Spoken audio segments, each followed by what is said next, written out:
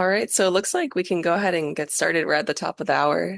Looks like we have about 40 attendees so far. It's great to have everyone here. Welcome to the second and last webinar in our series, Building a Biological Powerhouse in the Soil. I'm Nancy Chang. I'm program manager with Ecological Farming Association, and we're hosting this webinar today. And on behalf of EcoFarm, I want to thank our sponsors who made this series possible. So thank you to Hawassi Products and Michigan State University for their support. And we have five speakers here with us today. Jesse Weiser from Hawassi Products, Chandler Michalski from Wormies, Richard Felipe from Triple F Farming, Ian Hunter from Cure Soil and Josh Riddle of Farm It. And today they'll be talking about how they started um, using or creating compost extracts and other types of compost or additions in their operations, and also, giving us the rundown on how to know it contains good biology, and also discussing making and applying compost extracts and what sorts of results we can see from applying these extracts, especially in relation to soil health and plant health, nutrient density, water retention, and biodiversity. So I will say a few housekeeping items. We have the chat function today. So for any folks who have questions as these presentations are taking place, please go ahead and pop those into the chat. But we welcome at the end of this webinar, we'll have 30 minutes for Q&A. So folks can also pop into the chat or just unmute themselves and share their question. And then um, we'll also be having a follow-up email with the recording so folks can share the recording out.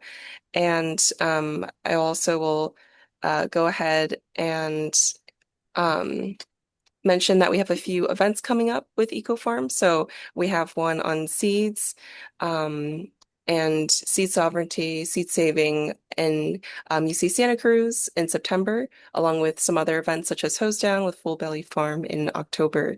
So I'll go ahead and hand it off now to Jesse, who will be introducing compost extracts. Thanks. Thanks very much, Nancy. Can you hear me okay? I can hear you. Yeah, I got you. Great. Yep. Okay, so just a little introduction. So I am the marketing director for Hawassi Products. We produce equipment around making compost extracts and vermicompost and other ways to basically get beneficial microbes down into the soil. Primarily, our clients are mid to large scale ag. We do have some smaller scale operators as well with our kind of smaller scale equipment. And it's remarkable how applicable the basic concepts are across a lot of different scales and contexts. So kind of the idea for this webinar series was introducing the basic concepts, talking about a bit about the soil biology, what it does, what it is, and how people can leverage it and these different practices in whatever scale you're operating on. So I'll give a little overview kind of on the scientific side of how to, what's going on with the soil microbes, how to produce them through composting processes, and then how to make extracts and apply them kind of at a high level, and then looking forward to hearing from each of the others kind of how this process plays out for each of them. So I think we'll all learn quite a bit. So I'll go ahead and get started. Go ahead, Nancy. Cool. So, yeah, the five basic functions that they're performing in broad strokes are aggregating the soil, kind of binding particles together and making the soil more porous. That allows for airflow in the soil. A lot of the microbes and other life in the soil is aerobic in nature, so it needs oxygen to be able to flow through. And then that also helps for both infiltrating and retaining water in the soil because it has that kind of sponge-like structure. When it rains, the water runs down and stays down in the soil. So that's one major benefit. Carbon sequestration happens through photosynthesis. The plants are getting carbon through the atmosphere and putting it down in the soil in a few different ways: higher root development, the production of root exudates, and then also feeding the microbes whose bodies are made of carbon, and the population expands down there. So carbon is built through the soil that way and kind of eventually becomes this humus material in the soil. Microbes play a massive role in plant nutrition. So there's a lot of nutrients that are in the soil that aren't directly available to plants. So the microbes are responsible for breaking those down into plant available forms, packaging them into certain substances, and then the wider the plant's roots can go, the wider the microbial community can spread, the more nutrients it's able to access throughout the soil profile and return those to the plants. And so we see a huge difference in plant overall growth and health, stress tolerance, things like that, ability to thrive even when things start getting drier. And then the plant also transfers a lot of those nutrients into its crops. So you have higher nutrient density of crops, making them healthier for human consumption. And it also affects things like the flavor, texture, shelf life. So a lot of different benefits, basically from the plant trying to make itself and its progeny, its seeds, as healthy as possible. And then finally, biodiversity is built throughout the soil ecosystem from kind of the smallest microbes on up. As their population expands, they attract their predators, which then attract larger predators, and eventually you get earthworms, insects, and so on, all the way up till you start seeing life forms above the ground that you wouldn't otherwise have. So that's kind of a quick recap of the benefits of a soil microbial community. So if you listen to a lot of the soil health educators out there, like Ray Archuleta or Gabe Brown, they'll talk a lot about these soil health principles. And they're basically management practices that create the optimal ecosystem or the optimal conditions for the soil ecosystem in the soil. And they kind of all follow a few general ideas. One is just simply to protect the soil ecosystem, so you're not disturbing it through, deep tillage or a lot of chemical applications that will kind of disrupt the soil ecosystem. For the same reason, you are trying to keep the soil covered, ideally with living plants or some kind of mulch, so that it's protected from the elements and from erosion and so on. Another aspect of that is feeding the soil, feeding the plants in the soil. A lot of that's through maintaining living roots. So as I mentioned, photosynthesis is one of the main ways to feed the soil microbial community with the exudates that the plants produce. So if you have a living plant in the ground, it will continue to do that. And then adding in animals as well helps cycle nutrients and feed the soil through the excretions that animals provide. And then kind of a functional diversity is very important to stimulate a diverse population of microbes. So having a diverse population of plants in the ground makes a big difference. And even kind of on a year-on-year basis. So if you do have a monocrop culture, following it up with a multi-species cover crop or something like that. Again, these different educators go deeper into a lot of these concepts, but the main point is we're trying to create an environment where the microbes can thrive within the soil. Go ahead. So then the question kind of becomes, what happens if you don't have an adequate microbial community, or what is the role of these soil inoculants in the soil health picture? Most of the people that are doing these inoculation practices are trying to do as much of those soil health principles as possible, with things like minimalizing tillage, cover cropping, adding animals. Sometimes you can do all of those things. Sometimes you're kind of limited in what you're able to do. So what we'll talk about today kind of fits in with that bigger picture. There are several different ways that soil inoculants can help, even if you're doing those other practices. So adding more microbes to the soil will obviously augment any soil health practices you're already doing. We've seen it help accelerate transitions from kind of deader soil to more living soil. That transition can take place over time, but it can often take a longer time. So soil inoculants can help you get there faster. If you do have to perform any practices that aren't necessarily the best for the soil ecosystem, extracts can help you kind of get back on track. One good example is if you're growing potatoes, you have to disturb the soil to plant and to harvest. And so you can't necessarily not disturb the soil, but there you could use an extract to kind of re-inoculate and get the ecosystem going again. Building out a full soil ecosystem, you can assess the soil, see if there's pieces that are missing. A lot of agricultural soils are bacterial dominant and missing a lot of fungi. So that's one thing you can do is look for more of a fungal inoculant to get that back into the soil if there's one component that's missing.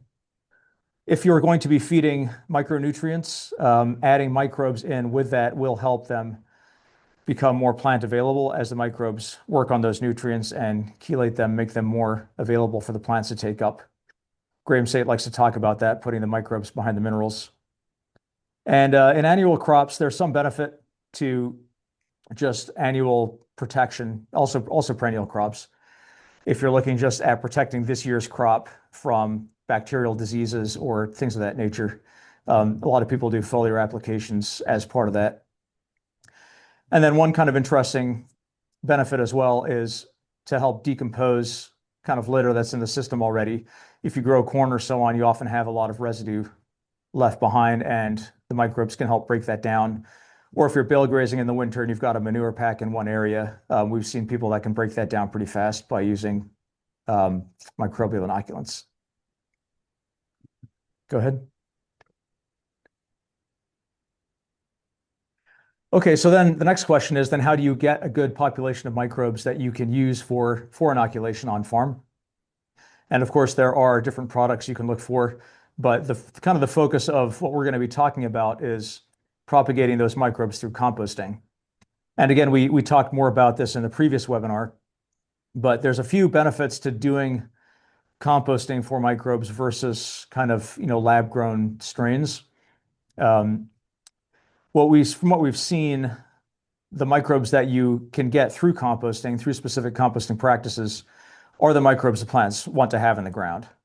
And we have pretty good research and data on that in vermicomposting in particular, or the fungi you get from Johnson Su composting. So you're growing the right microbes by doing composting correctly, kind of specifically for the microbes.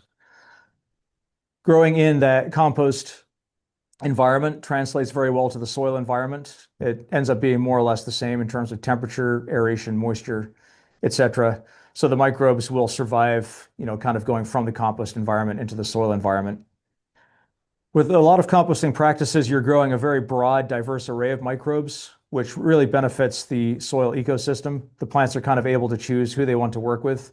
So, you can do the homework and figure out exactly which strains of bacteria you want to add. That's one approach, or just giving the full spectrum of microbes into the soil and letting the plants go from there is another way of doing that. Yeah, protozoa, nematodes, things that are kind of higher order microbes are hard to cultivate if you're not doing some kind of practice where you're basically growing the food that they want to eat. So we do see those higher order organisms present in a lot of compost, and you can put it at any point under the microscope and see what's going on. Go ahead.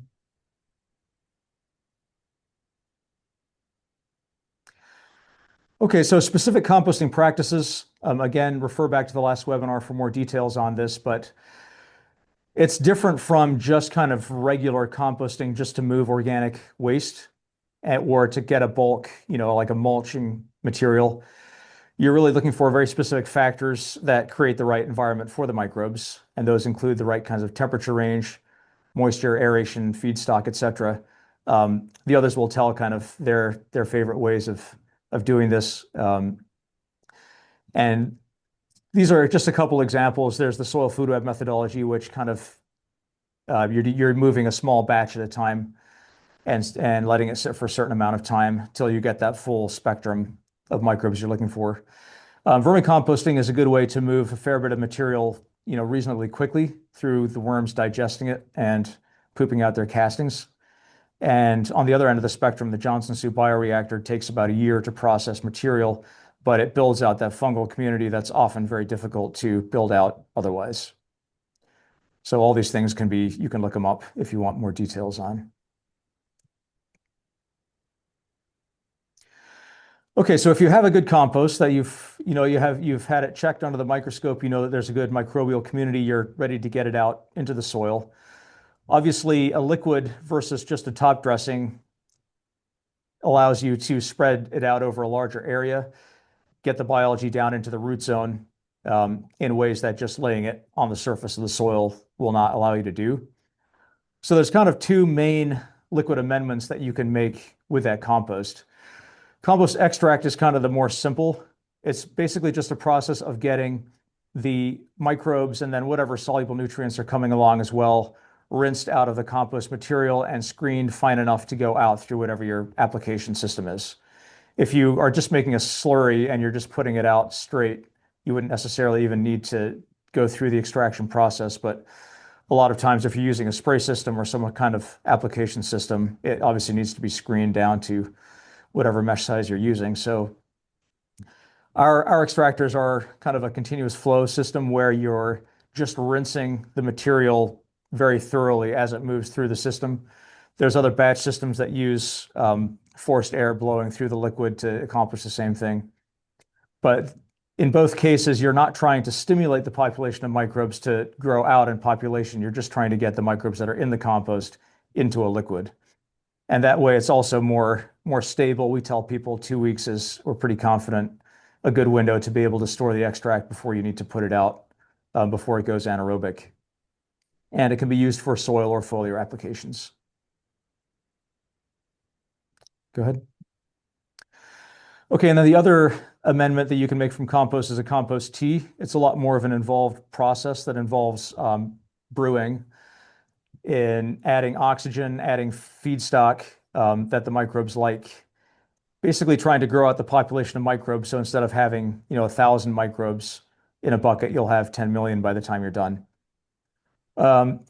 What we see with tea, when you actually look at the microbial data, this was an interesting project that Zach Jones did a few years ago. He does DNA sequencing of soils and composts. And he compared the sample all the way on the left is a vermicompost sample. The colors are basically different diverse strains of bacteria. And from that sample, he made a tea and an extract. The extract, as you'd expect, looked almost identical to the compost material because you're just, again, pulling the microbes that are there out and holding them in a static form. What he found when you go and make a tea out of that, you're actually only stimulating certain microbes that like the food stock that you're feeding them and the aqueous environment and so on. And so what you end up with is, yes, you have way more microbes in your liquid, but it tends to only be certain varieties that grow out. They're beneficial varieties. But if you want the biodiversity, maybe steer towards an extract rather than brewing a tea. Tea applications do have their place, especially as a foliar to kind of outcompete pathogenic bacteria. And it's also a little more sticky, a lot more viscous than an extract. So it's probably better as a foliar amendment than something you're trying to get down into the soil. None of this is hard and fast. It's just kind of based on observations from what we've seen in the field. Okay, so focusing on extract, then once you've made it, it's a very, very versatile amendment in terms of how you can apply it. And the other folks here will tell kind of what they do. We've seen people put it out through pivots, irrigation systems, broadcast spraying. We've done some work on drip tape, not really quite on a field scale yet to try to prove it out, but we've seen it be successful on a smaller scale. A lot of people will do it as an in-furrow injection as they're planting, which really gets a very targeted drip of extract, so you can really spread it out over large acreage. Seed coating is an option. Drenching anything like roots or bare root or plugs before you plant them. As far as the application rates, the way we kind of look at it is figure out how much compost you want per acre based on the microbes that you're seeing in the compost, and then just figure out how much water you need to get it out in a way that makes the most sense depending on how you're planning to put it out. So sometimes you'll be working with a very concentrated extract, like if you're seed coating, for instance, or if you're trying to fertigate and put out a lot of water anyway, that the dilution rate will be a lot higher. And then it's a good idea to add some food in for the microbes as you put them out to help them get established in the soil, especially if you're planting them with seeds, which they'll help germinate, but it'll take a while then for those plants to start photosynthesizing and producing those exudates. So there's foods you can look up what microbes like, kelp powder, fish hydrolysate, humic acids, all help them get established. Again, you can add in your micronutrients with the extract to make them more effective. And we were actually just chatting before the presentation went live about micronized biochar, but you can actually apply, micronized biochar with the extract and get it into the soil that way as well. Okay, a couple case studies. I'll keep this short because we'll hear more in depth from the other speakers. But here's just two samples of some farms that we've worked with. So this operation in Iowa is kind of mixed cattle, and they grow a lot of their own feed as well as grazing their cattle. So we're doing fairly conventional corn and soy, although experimenting with no-till, cover crop, etc. And since adding extracts, they've noticed is if we get fairly anecdotal evidence from them back, but they say things like their corn stays greener longer in the field. Everyone around them is spraying for Gauss's wilt. They can see it a little bit, but it's not at levels that would need, you would need to treat for. So the plants are just generally healthier. You can see the insert there, what the root development looks like, just after planting with extract, and how much the rhizosheath is able to grow out with the addition of extracts in there. So that's one sample. Go ahead, Nancy. And then the other is a table grape, actually a table muscadine grape vineyard over here in North Carolina. So conditions quite different, a different kind of crop. They're producing grapes in a humid environment, which is challenging, but they've actually seen really, really good results. Again, they're doing other components as well. They're cover cropping between the rows. They're grazing sheep in their vineyards, but they're using the extracts kind of as a standard soil amendment, and then any nutritional feeding that they do, they add the extracts to have the microbes do that as well. And they've had nutrient density testing done on both their lamb and their muscadines, and have shown really amazing results in the nutrient value of what they're producing based on how healthy their soil is. And very, very little crop loss without doing any kind of pesticide applications on their grapes, which is pretty phenomenal. So Nancy, I think that wraps it up for me, and looking forward to hearing from everyone else. Awesome. Thank you so much, Jesse. I'm going to now pull up Ian's presentation on compost extract systems. Can you guys see this? Yeah, Okay, awesome. sweet. You guys hear me all right? Yeah. All right. We're going to talk a little bit about now the compost extract systems and what we can do before, during, and after the extracts to help the biology actually persist within the soil and the rhizosphere around the plant. We're going to be looking at soil structure, we'll dive a little bit into redox science, and then talk about some of the biostimulants and other additives that we can include into our extracts. Next.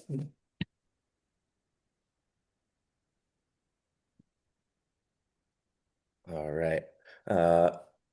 First of all, I want to say thank you so much to EcoFarm and Hawassi for hosting this series. This is an honor. We have a lot of fun talking about this, and to get to share it with everybody is a treat. We've got a really great group of people out here in Northern California. The team's been amazing. Jeremy Knudsen is a business partner with me at Cure Soil. And everybody throughout California, all the way down to Santa Barbara and up into Oregon, it's nice to see the, critical mass start to get pretty close, where large scale agriculture and small scale farming, we're all looking at making this transition for the betterment of all of us. So a little background, I'm Ian Hunter. I have a degree in botany from Oregon State University. Had the honor of studying very closely with Dr. Elaine Ingham throughout her tenure, and have been working with biodynamics since early 2000s, certified farms for Demeter, and started Cure Soil Consulting originally back in 2017, 2018. And 2020, we started making commercial compost using Elaine's protocols in conjunction with biodynamic practices. And now we're able to get that compost out at scale thanks to a lot, in part, the Hawassi extractor. Now we're able to take this, to larger agriculture where before shipping and moving compost throughout a region is pretty cost prohibitive. So this has been amazing, and we're doing our best to really leverage this opportunity here. So what we're going to really talk about is the overall mission. Why is this even important?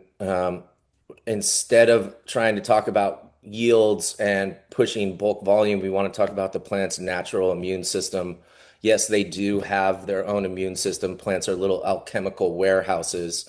They can't run away from predators. They have to be able to stay in place, and they use chemistry, biochemistry really, as that defense mechanism in conjunction with microbiology that they've co-evolved with for millions and millions of years. So what we're working on is increasing the plant nutrient density and the medicinal properties. Even foodstuffs really do have high amounts of medicinal properties within them. Your tomatoes, lycopene, arugula, even salad to a certain extent. So we're working on upregulating that. In fact, there's a pathway called the shishkamate pathway within plants that is responsible for the vast majority of these medicinal properties. Just so happens that glyphosate, in fact, disables that shishkamic acid pathway. So we are working in direct opposition to that. We have our work cut out for us. And at the end of the day, this really all comes back to the people. We do love plants. We love a pretty garden, but human health is paramount. And that's the precipice of the work that we're doing. So again, nutrient dense plants equal nutrient dense humans. And that's that's a happier community to live in. Next slide. So the compost we make is Demeter certified, biodynamic. We also check everything with a microscope and send it off to third-party testing, do mineral reports. We're happy to say at scale, we're able to hit the biocomplete numbers that Dr. Ingham has designed as necessary. We do use thermophilic process. This is a picture of our compost turner here. Great little workhorse, and we're able to do thousands of yards a year with that, monitoring everything, adding in the biodynamic preparations, and working to steer the biology towards a high fungal content, because the vast majority of all of our soils, as you may well know, are bacterial dominant and devoid of the higher trophic levels of microorganisms, i.e. protozoa, nematodes, microarthropods. So through compost applications and compost extract, we can get that down. It's heavily, intensely monitored process. And by doing that and diversifying our foodstuffs along with the inoculants that we use, we're happy to say we're making the most biologically dense compost ever. So next slide. So that's been really good. So really where we're going with this is we verify everything with the microscope. And this is not just for your compost, but now really talking about compost extracts. We're not working to push bacterial numbers. They're there. Yes, we do want a large amount of genetic diversity. Bacteria can do amazing things within the soil, within the rhizosphere of the plant, but where we're really trying to balance everything is increasing the fungal biomass that has a myriad of different functions. If you were part of the first webinar, you saw a lot about that. I think the word's out. Probably most people attending this webinar are aware that beneficial fungi, whether it be saprophytic or mycorrhizal fungi, have a myriad of benefits to large-scale agriculture, backyard farming. And as we establish that beneficial fungal biomass within the soil, we now can begin to work towards actually increasing the higher trophic levels of protozoa and nematodes within the soil. And at that point, now we're getting really massive nutrient cycling, and we can stop and at least reduce our dependency on external inputs, coming more into line with biodynamic philosophies, as well as just overall farm resilience and self-reliance. Next slide. Let's see where we at here. why high fungal compost? So I think it was said recently that we owe a lot of our existence not just to the earthworm, but to one molecule called glomalin. And this is glue that is excreted through fungal hyphae in the soil. And that helps to bind different soil particles together, creating some aggregation. We now have water infiltration. We now have oxygen and gas exchange within the soil. And that is what we're really trying to do to set the table. Where we're going with this is, we're going to, in the next couple slides, start talking about how we integrate the mineral portion along with biology and then working into some of the more profound research in biostimulants and stimulating systemic acquired resistance in the plant. But I can't stress enough that it really all starts with building the fungi. From there, that's kind of the seed that will then run and be able to create benefits that I think a lot of us have maybe never even seen from the plant kingdom, because in so many of our environments, this architecture doesn't exist.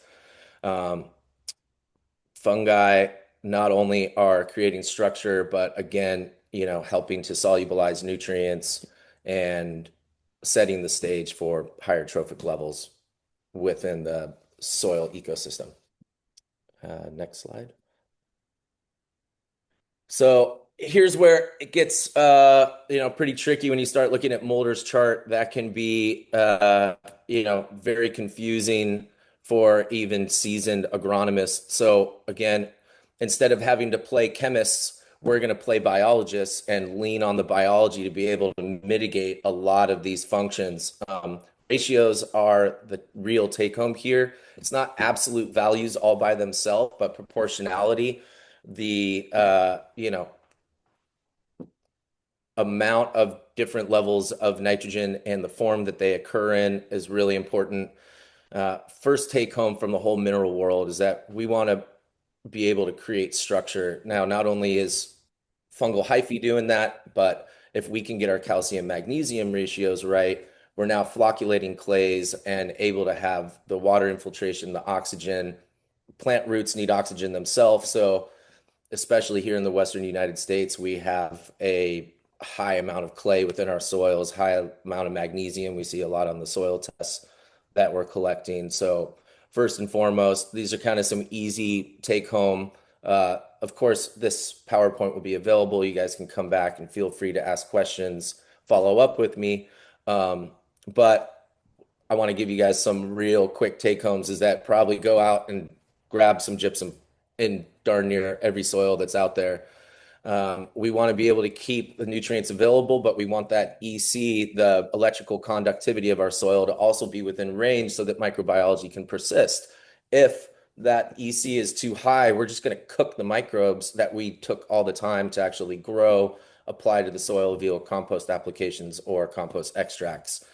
As we add phosphorus to our soil in conventional systems, where they're often adding monoammonium phosphate or diammonium phosphate. Well, as much as the plant has evolved with mycorrhizae and other fungi to rely on them for their phosphorus source, we bypass that system by creating high levels of soluble phosphorus in the soil, rendering fungi irrelevant. And then as soon as that monoammonium phosphate runs out, the fungi wasn't around, and now we see phosphorus deficiencies as we go into fruiting, flowering later in the cropping cycle. So we're trying to build these symbiotic relationships in the off season, in the beginning of the season, and riding that all the way throughout with these applications of compost extracts, and appropriate levels of nutrient additions.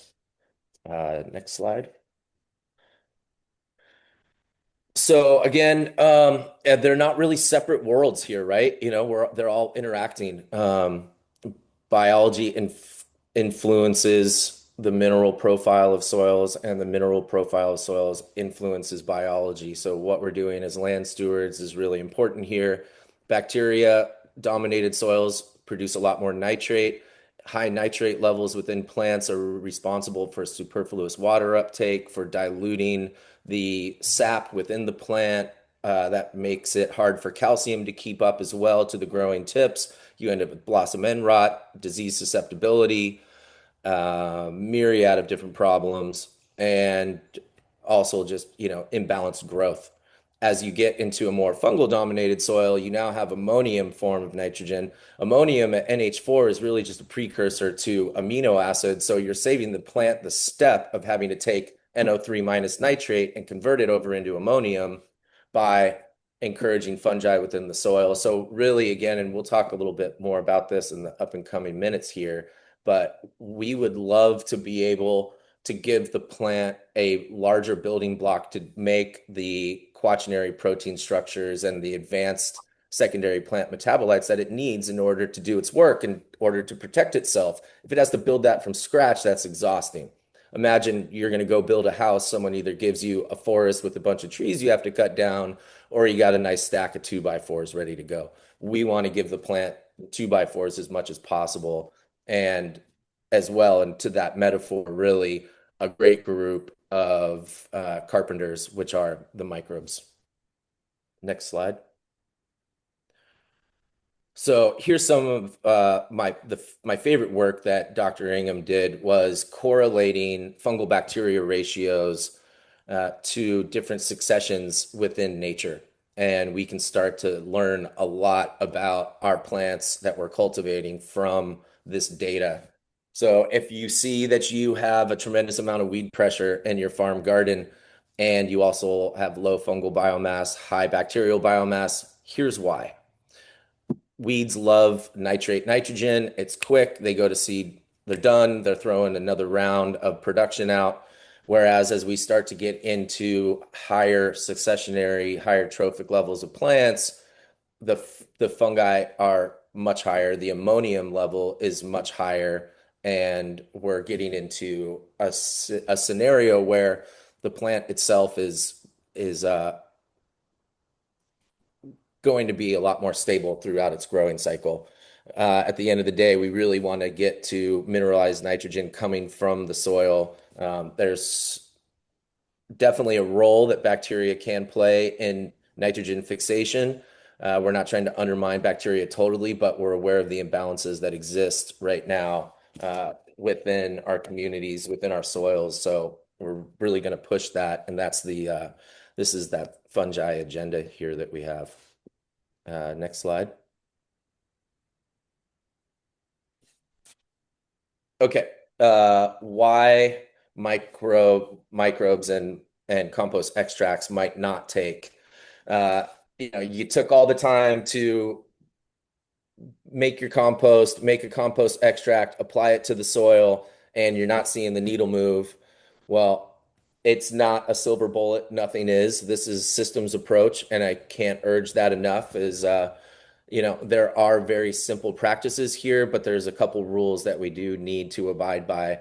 If it was a really compacted soil with high magnesium, low calcium, you ran a tractor through it a bunch, you're going to see the compost extract just pull on top. This time of the year, especially, it's hot. You're going to UV radiate all of your microbiology.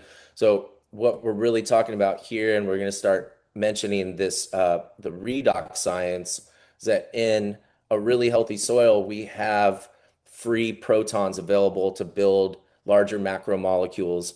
Those are coming from photosynthates that the plant is excreting. They're also coming from the soil microorganisms. And now actually there are a few products on the market where we can begin to actually increase redox through those applications.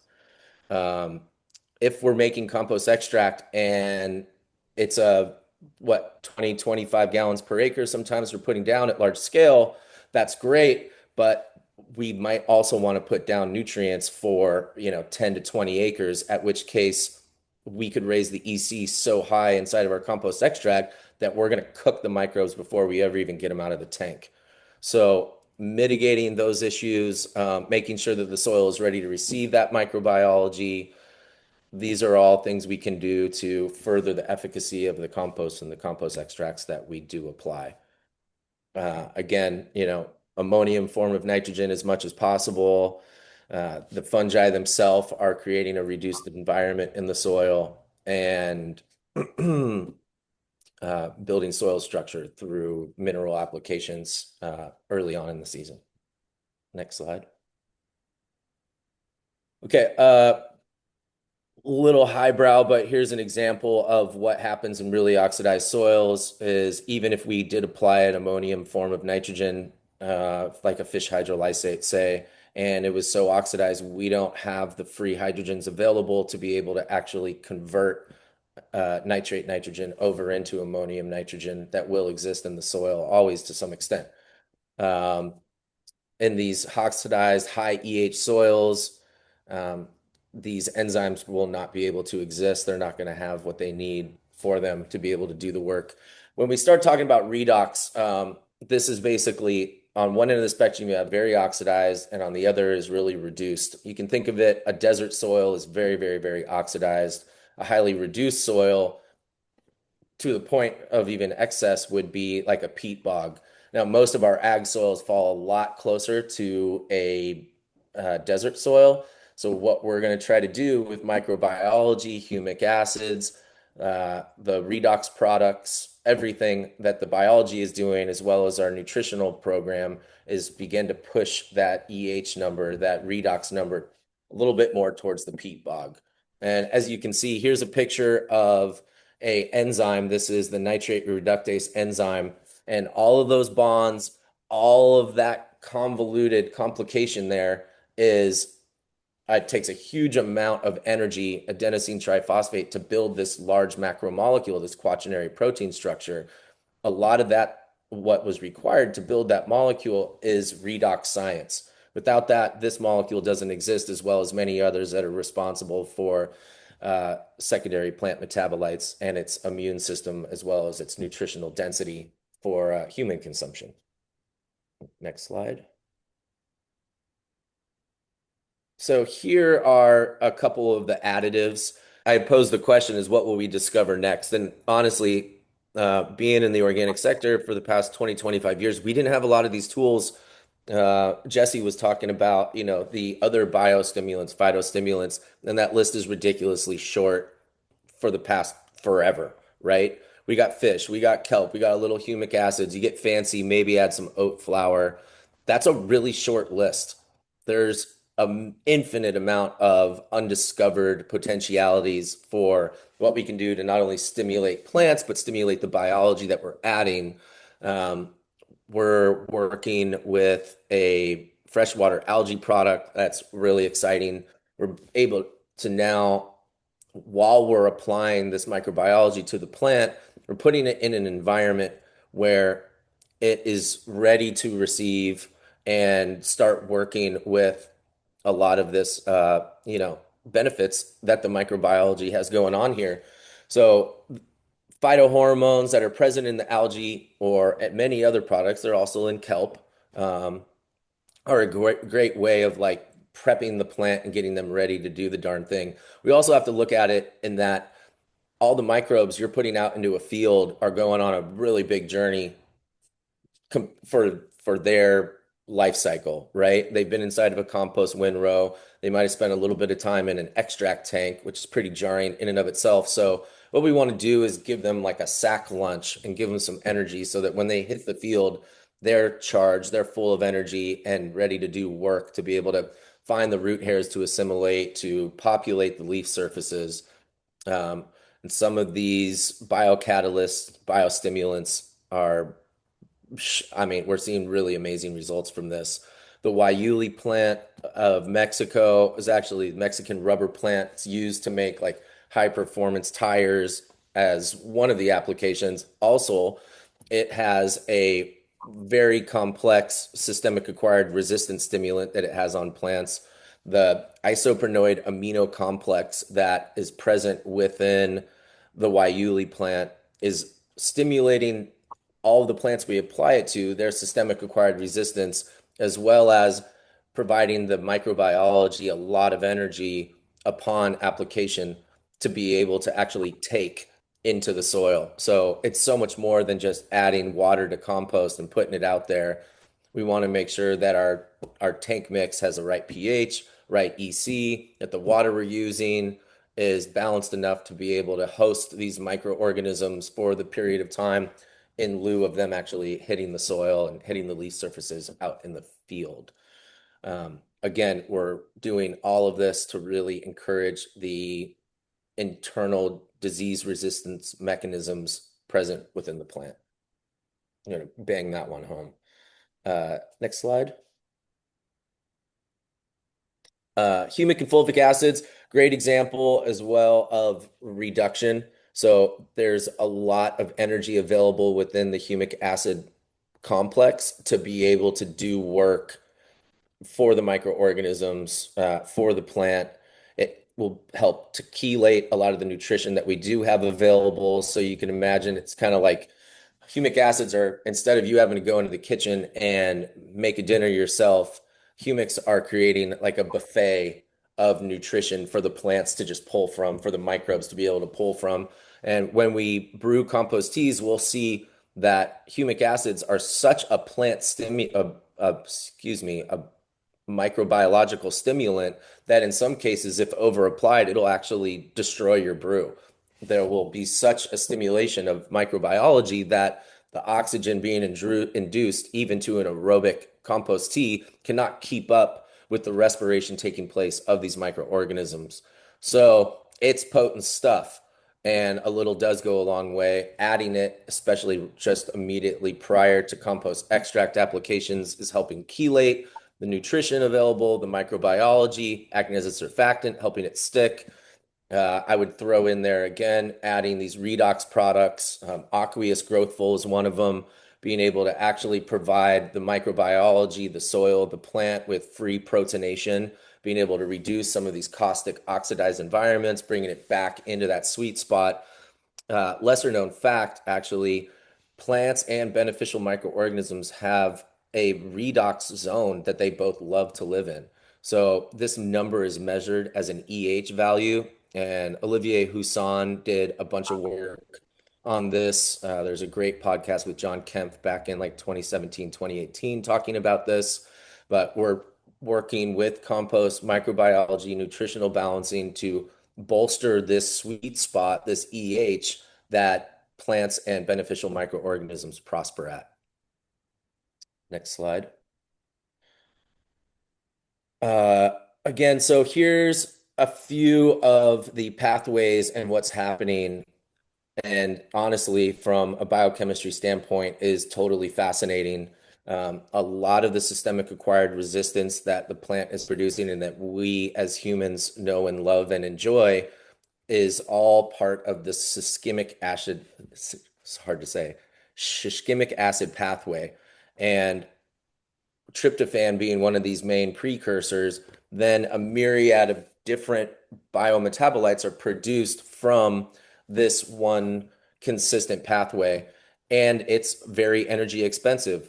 The plant's kind of bank account is really measured off of a molecule called adenosine triphosphate and all of the photosynthesis that it's grabbing from photosynthesis, all the nutrition effectively is working to build that savings account of ATP. And when the plant is healthy and not stressed from abiotic stressors or biological stressors, it now can allocate a high amount of this energy source to running this shikimate acid pathway and producing higher levels of linalool in lavender, higher levels of the active ingredient in bacopa, in ashwagandha, or tomatoes, whatever. Again, on the other end of the spectrum is something that got sprayed with glyphosate and has absolutely none of that, and that whole pathway has been disabled.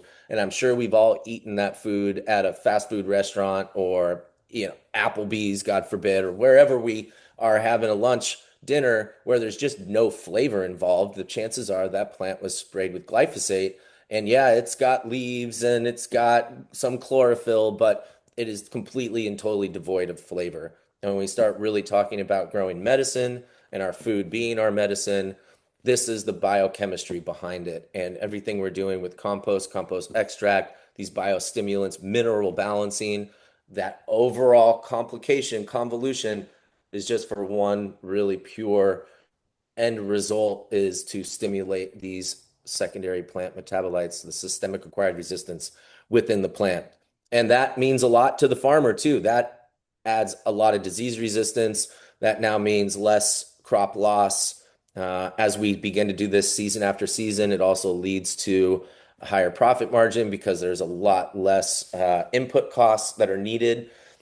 Fertilizer is one and you're done, whereas compost extract biology, if you're treating your soil right and doing the right things in the off season and in the growing season, you're getting to inherit all of that investment season after season after season, and it compounds. And some of the work that Humankind Oregon, Nick Tomasini has seen over the past few years is working with clients 3-4 years in a row. Now he's starting to see the same microbiology within a field that we see within our compost. That's amazing. That's amazing. But it takes time and it takes due diligence and it takes these practices that seem nonsensical, but they do all really play out and have an application, and that is much healthier, nutritionally dense plant. Next slide. We'll try to wrap this up here. Thanks, guys. Here's a trial and some work we're doing with a local farm in Santa Barbara, California. They have a new novel pest, the avocado lace bug. Avocados are always susceptible to Phytophthora. Also, avocados are a great crop for everything that we're doing here with microbiology, compost applications. The roots are shallow. There's carbon on the ground. There's a lot of coverage, so we're not even getting the UV radiation that we might even see in citrus orchards and other crop production systems. So again, we're pushing the fungal biomass. That in and of itself is going to drop the EH into range. We can add chitinases. We can then end up being able to induce systemic acquired resistance without having to send the plant into shock that it would go through with a lot of Phytophthora pressure. And then on top of that, we're getting the plant sap and the Brix numbers to where we want to be so that the lace bug and other piercing sucking insects cannot feed on the plant tissue. Insects do not have the ability to digest sugar. They do not have an endocrine system. So if we can get that Brix up to 12, 13, 14, now the plant is totally protecting itself. We don't need to go in with pesticides, herbicides, fungicides to control all these issues. And we've got internal resistance. That's just a win-win for everybody. It ends up being also higher nutritionally dense crop. We're working with silver stem, the guayuli plant, and this isoprenoid amino complex that is stimulating systemic acquired resistance without sending the plant into freak out mode and not throwing more leaves, fruits, flowers. We were talking a little bit about biochar. Chlorophyll is actually a wood vinegar product that is derived from the biochar, and that has been shown to have amazing effects on upregulating secondary plant metabolites. Aqueous Growthful along with compost extract. Now we have free protonated energy within the compost extract for the microbes as they go on their journey into the field. Everything that we can do to help biology, because biology is there to help the plant. Next slide.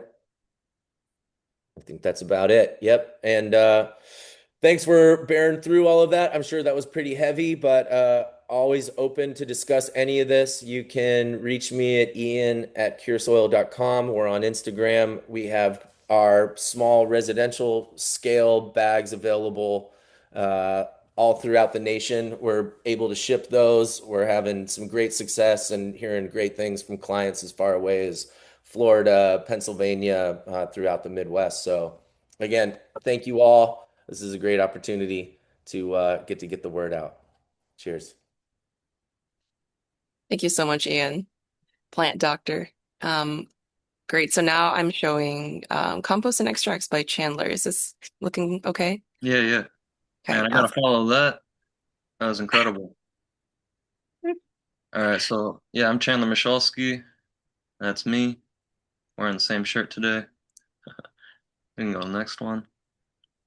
So yeah, I am the farm manager for a worm farm, compost farm out in Grand Rapids, Michigan, and we specialize in vermicompost, worm castings, making different soil blends. We make our own biochar and bokashi, and we just recently started offering cricket frass as well. And if you guys aren't familiar with frass, then I'd highly recommend looking into that after this. We have got a compost tea service where we'll go spray somebody's whole entire lawn and garden, cover every square inch in compost tea. We do all sorts of education and consultation, etc. Next slide, please. Yeah, we compost food waste. We're working with about 900 households and businesses around our city and taking their food waste, diverting that from going to the landfill, and we take it to our farm, mix it with wood chips and leaves, manure, put it through a hot composting process for 1 month of hot composting, and then we lay it into shallow windrows and introduce worms to that, and they work through it for an additional year. And so, in addition to the worms that work through it, we're spraying it with compost extracts and algae, and we introduce spent mushroom blocks, and we do as much as we can to go above and beyond to add as much beneficial biology back to that compost as possible. Because as most of you know, through the hot composting process, thermophilic compost, you're killing off a lot of the good guys as well as potential pathogens and seeds and etc. There's pros and cons to hot composting, but this is what separates us from conventional compost is we don't just hot compost, let it cool down, and then put it in a bag. We hot compost and then put it through a year of all sorts of different things that we're doing to add that beneficial biology back to it. Next slide, please. And as a result, that finished compost, like Ian was saying, like what they call biocomplete. It's got the whole soil food web in there in the appropriate numbers, and so you have a lot of nutrient cycling going on in there. You got the bacteria, protozoa, nematodes, fungi, archaea, all that stuff eating each other, pooping each other out, and that is how plants have the minerals that they need to survive, and that's how we have the minerals that we need to survive, and it's an incredible process. So that's an overview from the farm. You can go to the next slide. And we can go to the next slide. You can follow us along at Wormies on Instagram and Facebook, and we'll have that information at the end of this. So for about 6 years or so, we were sifting our compost through a sifter made out of bicycle rims and chicken wire, and we upgraded quite a bit in the past couple of years, and now we've got some nice machines and a nice sifter. Picture on the right there is a farm tour.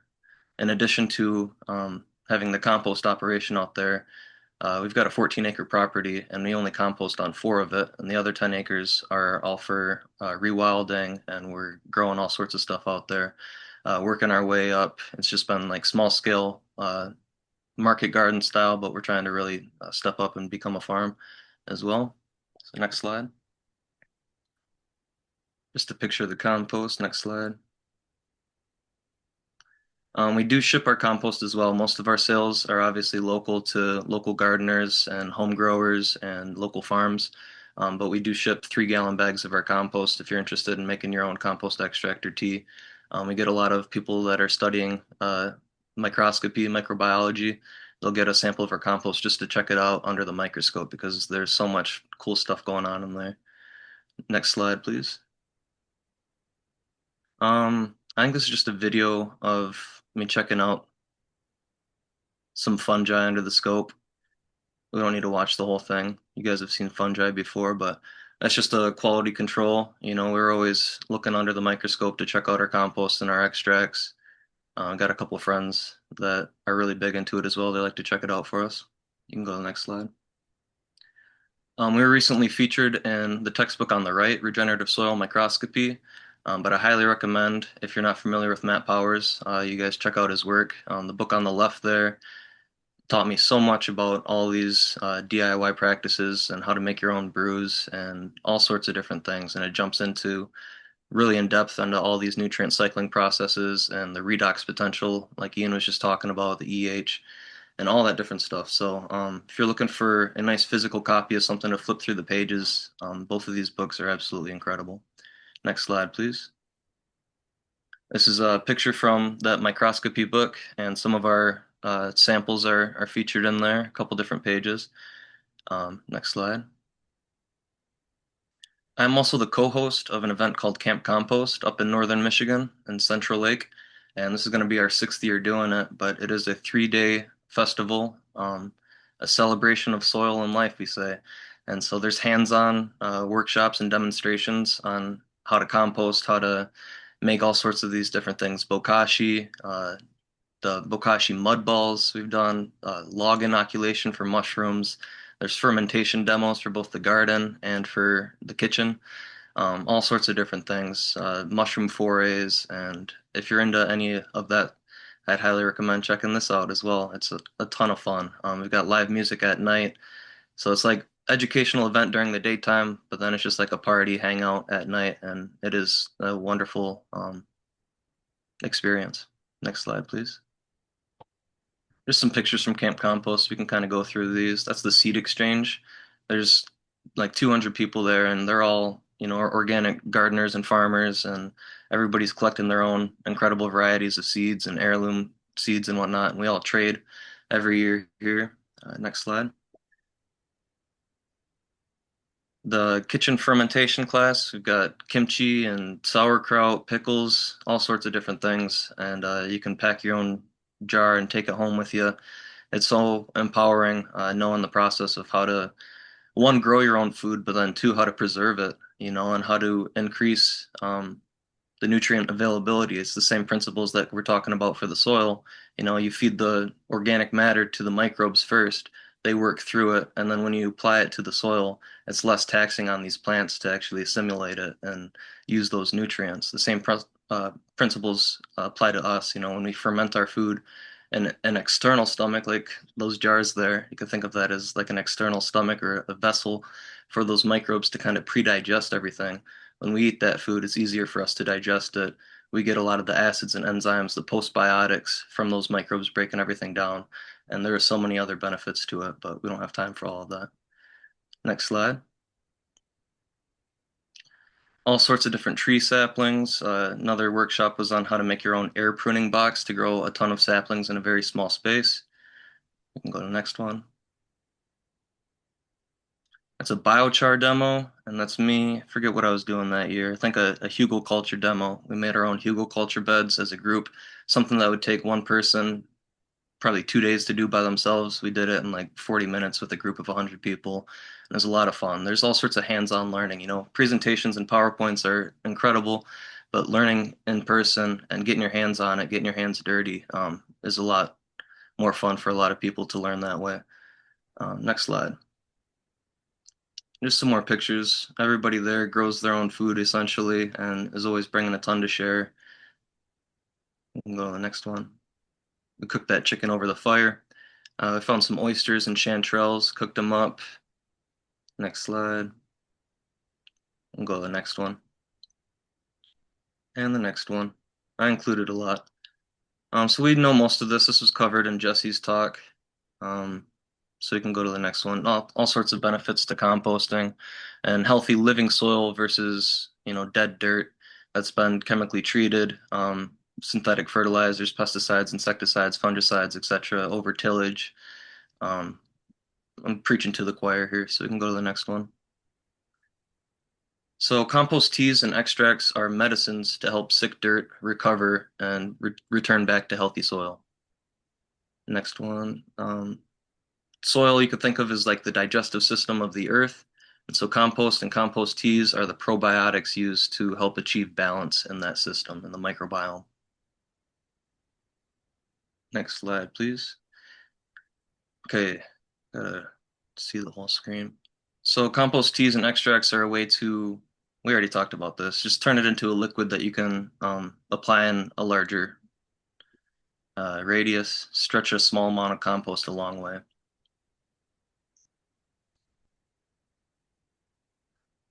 Also already talked about this, but compost tea is adding oxygen in a food source to exponentially multiply the numbers that are in there.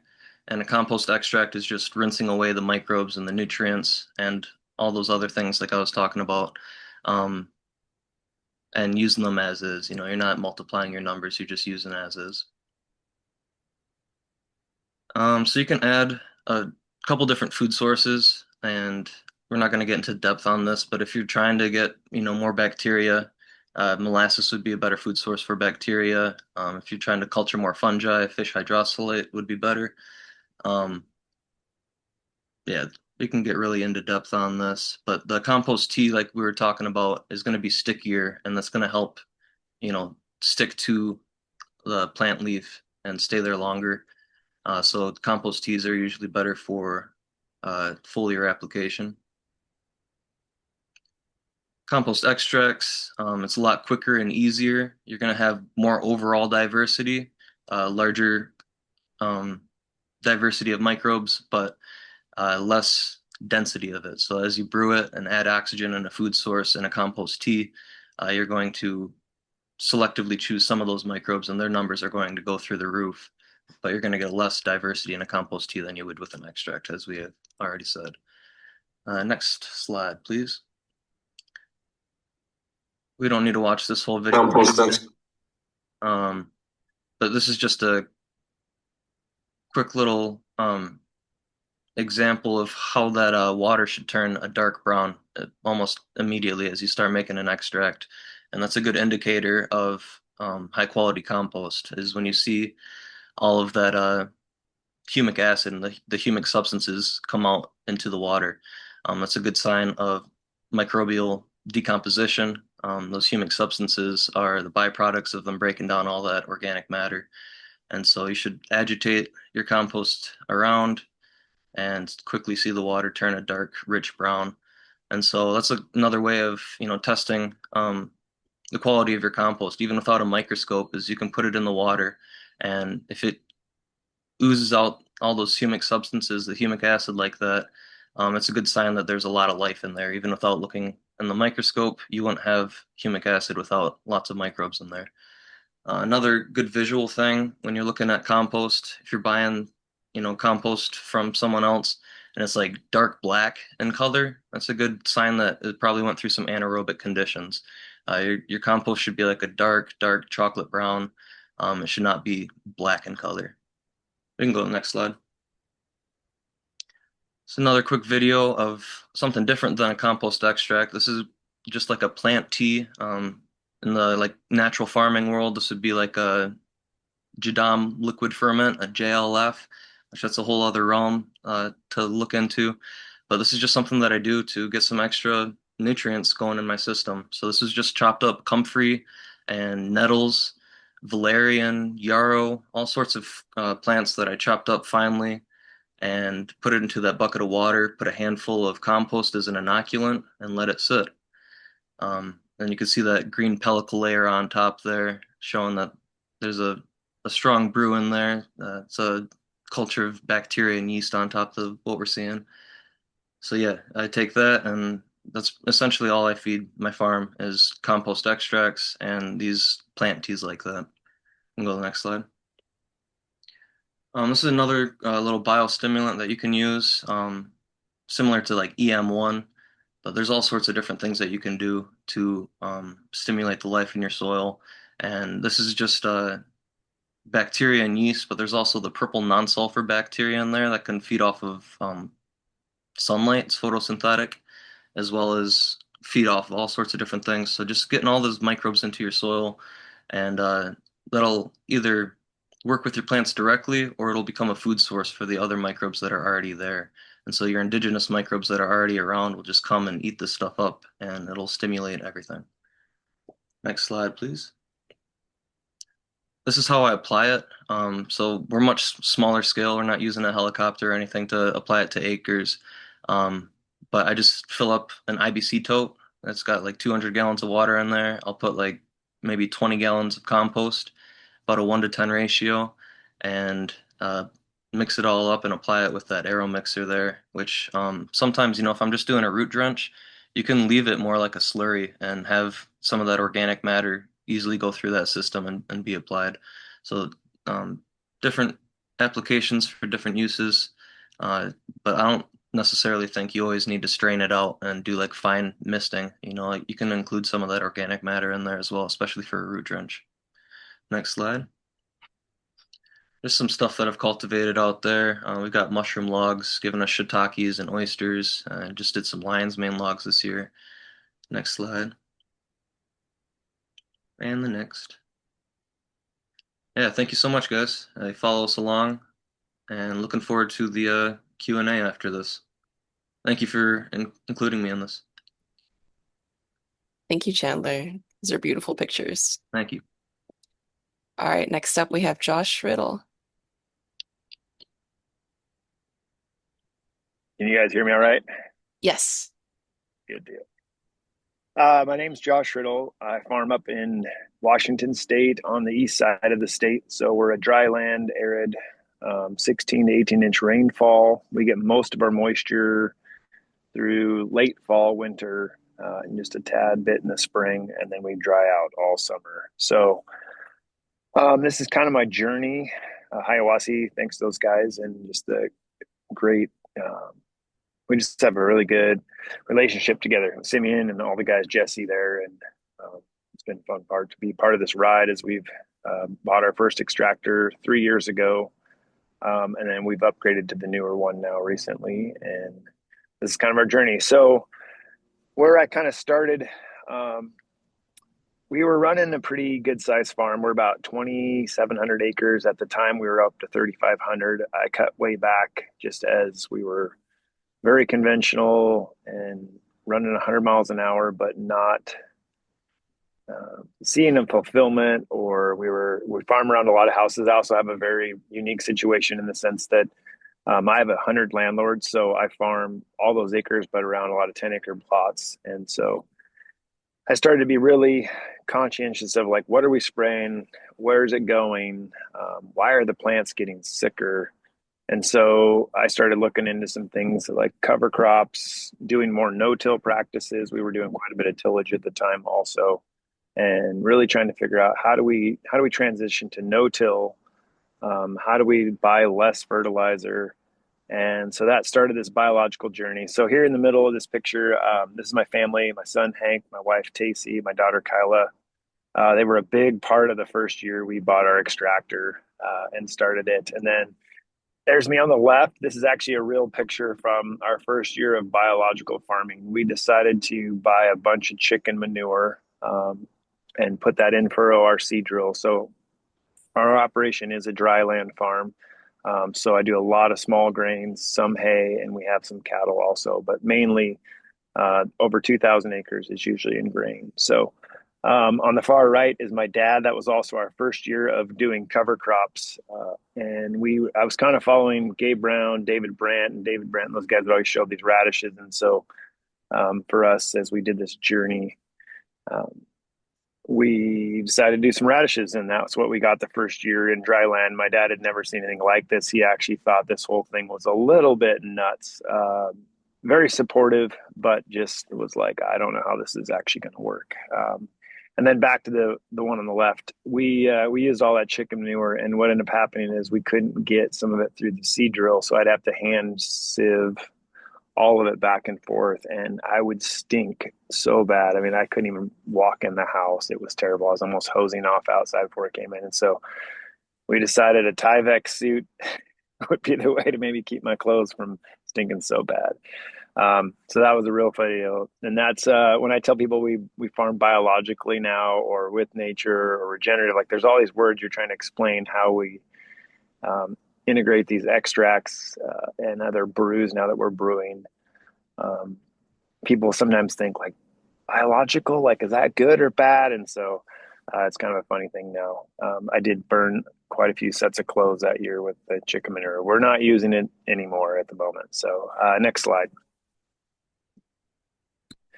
So this is early on, our first setup. Right in the middle there is the first gen of the Hiawassee extractors. There's a bag on the left of, we sourced the first year, I think I went through 9 different sources, from just straight worm castings, compost. Worked with Hiawassee on some products they had. I had a local field man that also had some of his own products. And so we were just trying different ones. I didn't really have a good microscope at the time. And then in the background of the Hiawassee, there are some tanks. We always had to have plenty of water on hand, and that was a big, trying to make sure we had clean and good water. We noticed that the biology would change with dirty water or high iron water. So water does matter. We've even gotten to the point now where we're using an RO system, and then it has it restructured the water so it re-aerates the water. And we've even seen really good results with even some brews. We've been doing large scale EM brews that we add to this also at the time of application. One of the other recommendations, just as you scale, we tried to put them in the extract we would store in flat bottom tanks, and then by the end of a couple months of making extract, we would get a pretty thick layer of just goo in the bottom of the tank. So we switched to cone bottoms, and that one on the far right, there's a cone bottom. And that was a game changer. It also allowed us to really cycle the tank, restructure it. So we'll make a lot of extract in the evening, just the way the days go. So we got a fresh batch in the morning ready to go. Now we have 3 tanks. We have a vertical that are 1,500 gallons each, but we are spinning the tanks to basically restructure them, get all of that back up into suspension. It keeps any of the loose and fines that settle out, and the cone bottoms really helped with that too. So next slide. Here's a kind of one of our days of just spraying it on. I tried a lot of different things. Three years ago, it might be actually almost 4 years ago when we first started this. I really started with a bucket. When we first started, we kind of stumbled across some Johnson Sioux stuff, and we were putting it on the seed, making seed slurries.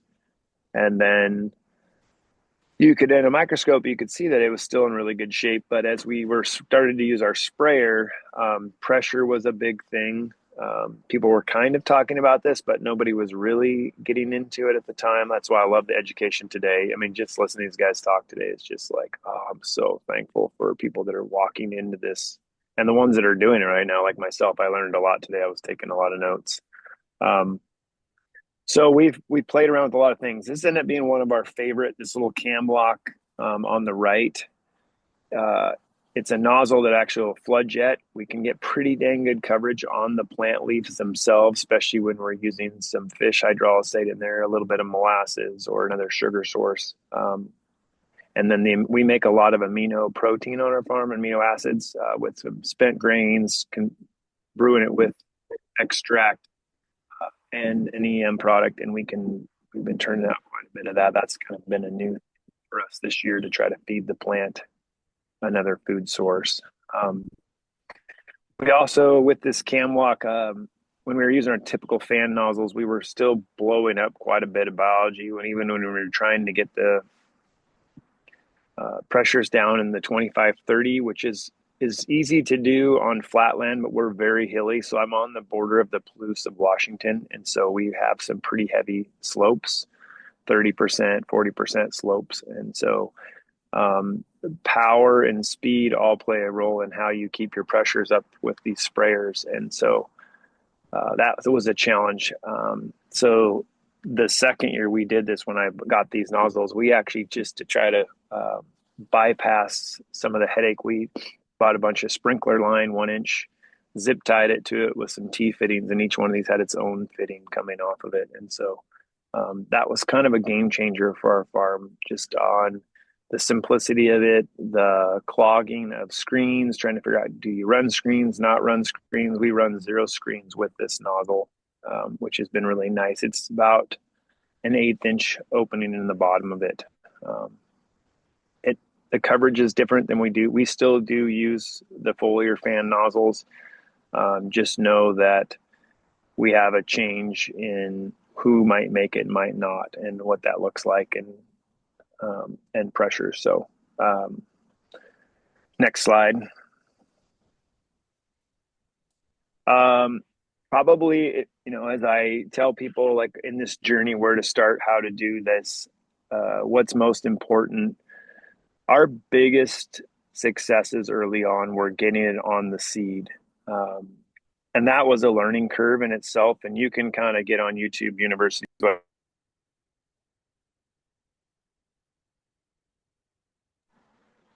Sorry, I muted myself. Getting it on the seed became a little bit of a challenge, and each seed absorbs it different. So the far left are peas there. We would do about a half rate on the peas. We found out, unfortunately, the first time we went from wheat to barley to peas. By the time we got to peas and we're doing all the same rates, I actually had to dig out a whole seed drill of 150 bushels of seed by hand. And that also became the challenge with the cover crop, the far right here, a cover crop. So as you apply this extract to the seed, you really got to think about, do some trialing before you fill a huge seed drill. And this is kind of maybe more to the large scale people, but it does matter. When we actually spray it on the seed also, kind of one of the things we'll do is we'll take straight vermicompost because it doesn't tend to be an issue, and we'll kind of toss handfuls of it in as we feed the drill, and you can kind of see it stick to it and know how your coverage is on the seed itself. One of the other things is naked seed. A lot of farmers are still using Skittles seed is what I like to call it. Those treatments are rough. Have I seen biology make it through it? Have we seen some things work? Yes, but if you can go to a naked seed, it's much better. And we also run on our seed drill. We run a tube that drops the extract in furrow with food sources. We've tried not coating seed to try to speed up our process to get through the acres quicker. And we still find that if you don't have it on the seed, you don't have quite the results. I'm not saying you can't do it. Every operation, you can only handle what you can handle, but we found that getting it on the seed really sets the stage for the biology. Next slide. Some of the things we saw early on were just big roots. This, the one on the left is a pea plant.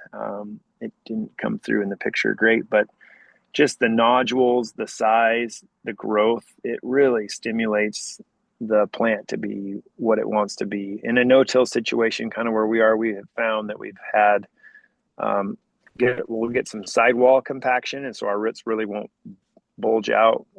They have a tough time getting those brace roots through that sidewall. With the extract and these food sources, we're seeing a lot. Cover crops are also helping that with that, really re-aggregate the soil.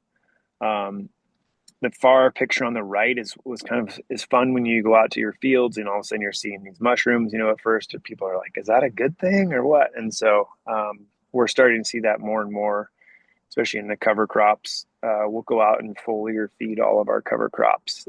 That's been a big part. So we drop on any cover crop now. We are trying to treat all the seed, doing it in furrow, and then a foliar at least once on it to really set the stage. We're trying to bring our high oxidated, beat up soils back, and it's a process. This hasn't happened overnight. I'll be honest with people, especially when I was early on. I didn't have someone really teach me. It took me getting into Matt Powers' class, lots of YouTube University.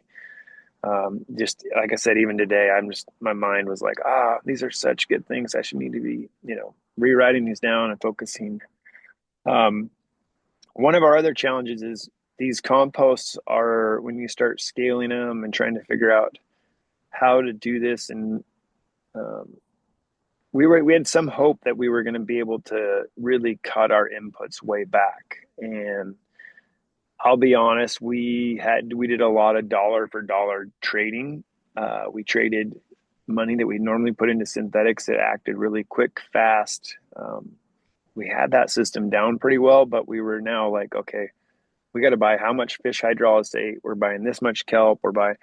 We were just adding different things. And that really was a dollar for dollar. We're now seeing it step back. We bought compost that was up to $7,000 a super sack and higher, and then down to some stuff that was $500 early on a super sack. And one of the things would happen early on is we were finding at the end of the season we had all these extra bags because I never wanted to run out. We always ran out, and we were trying different ones. And so what do you do with these bags of compost or worm castings? And we didn't have a good composting system. We're getting one rolling now.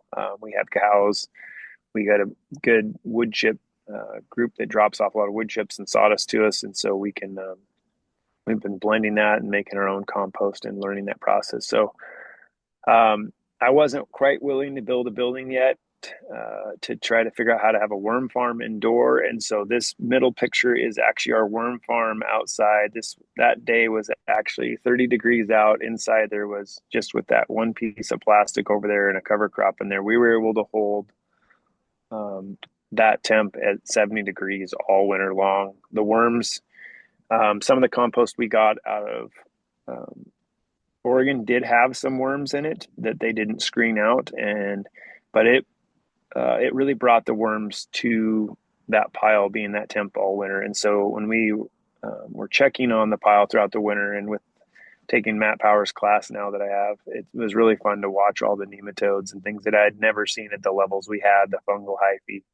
So this is kind of a little maybe biohack for large scale farmers. Like if you're not willing to put up a building, these are alfalfa bales. We grew a cover crop in there, and I learned a lot of this from the agrobio guys that are out in the Midwest. They carry a lot of Graham Sates products, and they work with Hiawassee also. And it really helped by having a cover crop on top and doing that. So it kind of allows you to store up your compost, maybe even enrich it even more and make it better. We did put some Johnson suit holes in there to try to see if we could get more air in there, and played with it without losing the temperature. So that worked very well. We have it going still. We throw our spent compost in another one like that after it's come out of the extractor, and then we kind of bolster it up with some food sources. And we're getting really good results with that and not being a one and done with the extract. So I know I'm kind of jumping around here, but next slide. Oh, that's a video. We don't really have to watch it, but one of the things that really helped us make the biology stick for us was cover crops. And here's just rolling down some radishes and turnips with a roller crimper. We weren't sure even how to even do this. This has been very new to our area, and we've had good success with that. One of the other problems I've had as being a no-tiller and going conventional right before this is we were able to build quite a mat and soil armor down. And once we started throwing this biology at it, we didn't give it enough food early on. And we had a really hard time holding the biology there and holding our soil in place, not having the sun just hammering it. And that caused compaction issues. And so the cover crops have really helped that. So it's been a big transitional piece to how we do this. And that's kind of probably, I don't think there's a slide after that. So, oh, I do have one more slide. Here's kind of our setup. Also, now we've moved to cone bottoms on our truck for guys that want to handle this. You can do flat bottom tanks, but the cone bottom tank on the truck on the right there works very well. The front tank is a water. So when we talk about rates, we'll do we're minimum 25 gallons an acre. I try to be at 35, which means you're packing a lot of water. Our in-furrow rates are 25 gallons. So we've added some tanks to tractors. We're seeing better results. One of the things we found early on too, and Jesse and some of these guys could probably get into this a little better than I can, but being a conventional farmer, we're still using some chemistries. We don't use any insecticides, any fungicides. We are using herbicides. And one of the things we see as we have a crop in process of growing it throughout the year, when we hit it with an herbicide to try to knock the weeds back, we lose a lot of roots, and we slough off all that rhizophagy, and we're always like, how do we hold this out? And so one of the things that's been able to help us hold it out a little bit is gallons per acre. We're also using an EM1 product called BAC that AgriBio has. That has helped. That's in every tank ride now, even down to if we have to use a glyphosate pre-seed burn down in a no-till situation. We're working with other products right now, but we have used glyphosate in the past, and we're using RO water with that to try to cut that rate back. And it sounds like maybe there's some other options, but really for us, the option is to get away from that 100% on our farm. One of the other things this last year, as we started stepping up this process, another farmer came on board, and he's really excited about the extract and seeing what we've done. he runs a lot of cattle on cover crops, is we bought these giant wine vats. So we were at an auction online and we bought these 2,500 gallon wine vats. So they're 2,500 gallons per vat. You can seal off the top with an inner tube or pull the whole top off with a telehandler. We started fermenting our grains that we had spent from cleaning seed, and this really helped as another food source, as a foliar feed. But one of the things we did notice is if we threw some extract in these also with the EM1, the back product, the brew really diversified just under the microscope afterwards. It really wasn't our intention was to see all this biology in there. It was more of like, hey, let's make an amino protein or amino acid, and let's try to drive that with maybe peas higher, or pull it back and put some higher other grains in there. And what we end up finding is we have a very diverse product. And it was just kind of one of those things that this is where we're going and where we want to be. And so there might be one last slide there. I think this is the last This one. is the last one. Okay. So I think I'm probably close to my 10 minutes here. So one of the other, probably I'd say the things that you'll get to know is they talked about bricks. You'll see these things come up. We've fought powdery mildew in peas. We've kept the weevil away by using some sugar extracts, which really pushed the bricks higher. And last year when we were playing with treating all of our cover crop acres, we were in the biggest drought we've ever been in 130 years. We broke the record in our area, and we were able to go out in August and it was 95 degrees during the day, but the mornings were dropping to 70, and I started spraying extract, and I'd come back the next day and there'd be dew on the plants. And so that was kind of exciting to see the biology and trying to figure out where did this moisture come from. And it's been a great talking point. So thank you for your time here and look forward to questions. That's awesome. Thank you, Josh, for sharing so much. Really cool to hear. I know people are taking notes. We're seeing some stuff come through the chat. All right, Richard, bring us home here. I'm going to start this slideshow. Go for it.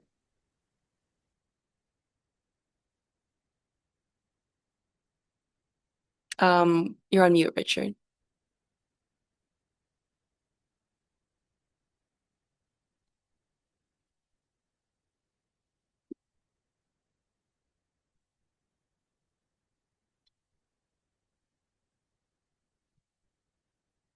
I'm trying to find my Zoom window. Let's see.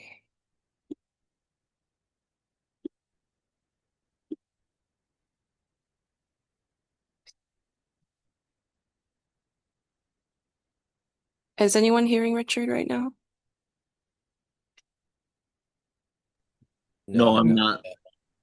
No, I'm not either.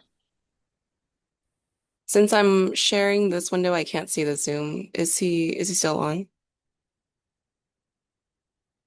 Oh, there we go. How's that? Can you hear me now? Oh, okay. We can hear you now. Awesome. Start over, huh? Okay. Yes. My name is Richard Fleep. I'm a fourth generation farmer down in Hanford, California. We go under the name Triple F Ranch and have just started the brand Farming Forest. And we are currently about, I'd say, 7 years into regenerative and learn this and on our way. It took us a couple of years to learn that. This slide here, when we first started, that was when we started planting cover crops. We couldn't even get them to grow. We had been, so heavy on the herbicides and disking, tilling in between our tree rows that we noticed we couldn't even get anything. The picture to the right is after about 4 years of getting into this. You can see quite a big difference. Next slide.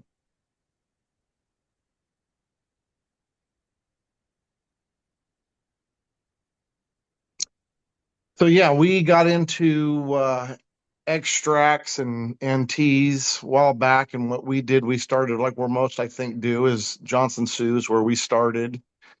And what I tell everybody is finding easier ways to do it. I think the second to the bottom right is a picture of my son, right? It's a lot of work filling Johnson Sue's.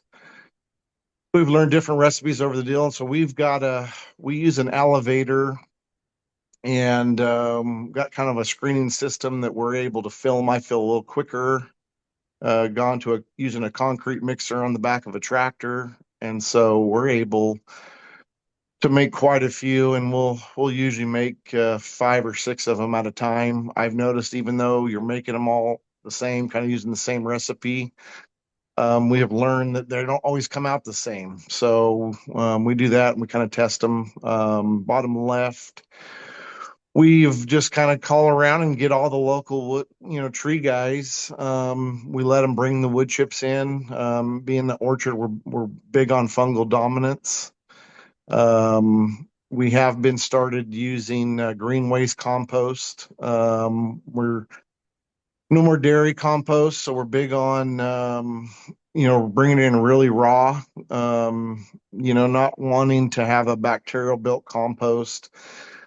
So we've even paid extra to not have them turn it as much. Most of the compost guys have asked, like, well, why would you not want us to finish it? And so we're more into letting it be pretty raw and bring it in that way.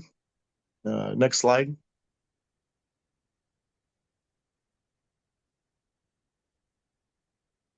And so then, yeah, I think we got into going out. The name Farming Forest comes really from we're big into indigenous microorganisms, IMOs. So we like to go out and collect these microbes, as we feel that if they've been there for hundreds of years, they've been through droughts, they've been through potential fires and all these different stuff, and if they've made it, we feel like they're pretty strong. So where we have kind of transitioned and gone deeper from, say, your basic Johnson Sioux that still, yes, does take 12 to 14 months to make, we've gotten to this. And so the third picture from the top is we'll cook some rice as a substrate. We use a cedar box that we build, and we've built quite a few of them. We'll take it out to a spot. We try to stay as close to our environment as possible, but I have taken them, as far as 90 miles away. And we'll leave them, and we'll hopefully grab a culture of microbes that will culture into that rice, and then we'll bring it back and we'll do a process where we'll do a 1-to-1. We'll weigh it, and we'll do a 1-to-1 with brown sugar, and the brown sugar will actually put them into a state of where they're dormancy. So they're still there. So the jars on the bottom left are just so that we can keep it and have that material when needed. The bottom row second, that's my son. The question there is so where do you find this stuff at, and how do you find it? Well, we've learned it over the time, and obviously, I heard earlier, right? YouTube University. I'm a big believer in that, and there's great people out there that are willing to put this stuff open source, and so we just kind of went out and did it. I'm not the greatest father with the family when we go camping, because our camping trips end up out looking for leaf mold, indigenous microbes, and so I get in trouble on our camping trips. But the one on the right is kind of what we're looking for. My son kind of brought up the name of a marshmallow cloud, so we're looking for stuff like that, and I've gotten pretty good at finding stuff like that. Next slide. So we've also tried, and I tell, other farmers, other people getting into this, that you don't have to go through, the forest. We've done stuff where JMS, right, you just boil some potatoes, take some of that leaf mold, we'll put them in totes and let them sit, anywhere from, 12 hours to 48 hours, depending on what time of year and the temperature. We'll take and make that stuff. I've seen good results with that, and I share that with a lot of people that maybe the Johnson Sioux is a little too much work, maybe crawling through the forest looking for leaf mold, and bringing it back, it might be too tough. So there's, I put these in there just to tell people that, there's simple ways and very cheap ways, right? A bag of potatoes and some leaf mold, and I think you can build one of the greatest inoculants for pennies on the dollar. And so but we've also tried to get to scale this and get bigger. So the bottom one is this last winter we brought in a 40,000 van truck of rolled corn. It was the cleanings that they don't normally sell as feed. And we used a dairy mixer. We collected 4 totes of this indigenous microorganisms. Took quite a while of time. We brought that back, put that into a feed mixer, laid that out, and made I'd say about a 500-yard pile, and we kind of babysitted that for 45 days. The far right picture, if you can kind of see it, is back in Korea where they do this stuff. This is a big deal to lay in the pile after it heats up, and so if you want probably the greatest massage, hot spa treatment. My family wouldn't do it. They were scared of it, but I can't explain it to you until you try it. But they do it back there. They say it's very good for your gut biome.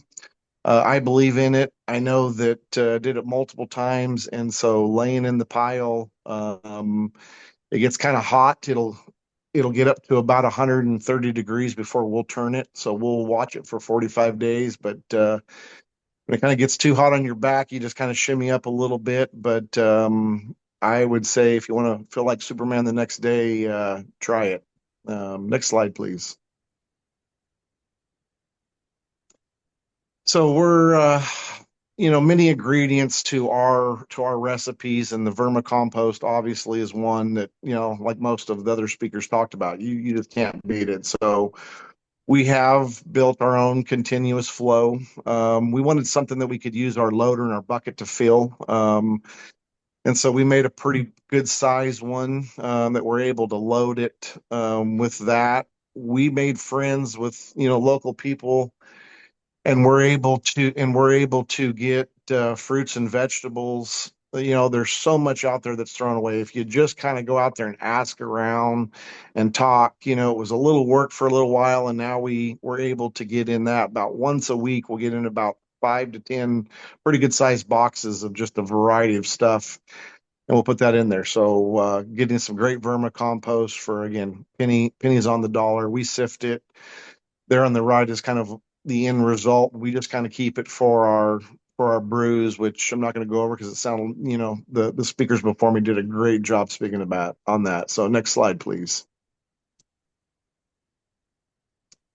And yeah, we're doing teas and we're doing extracts. Yeah, the Hawassi guys have been awesome. I believe in all their products. If you don't want to put the time into building your own stuff, great stuff. We've kind of got into using the microscope, which, I think is a big deal on learning your stuff. We do send some stuff off to Rhizos, Andy Marsh in Texas, that we've worked with her, really closely on our recipes, trying to figure out, can we do better? And we feel like we're learning that, and that we're doing that.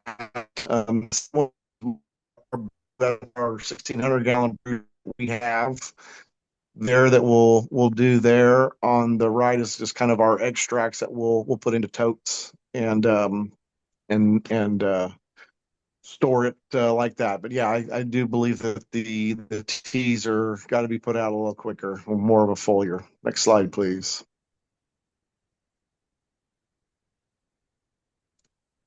So yeah, big how to apply. So we've tried different things in the past. On the left, the big picture is a local PBM sprayer that we used to use to put in conventional UN32 synthetic fertilizers that we converted.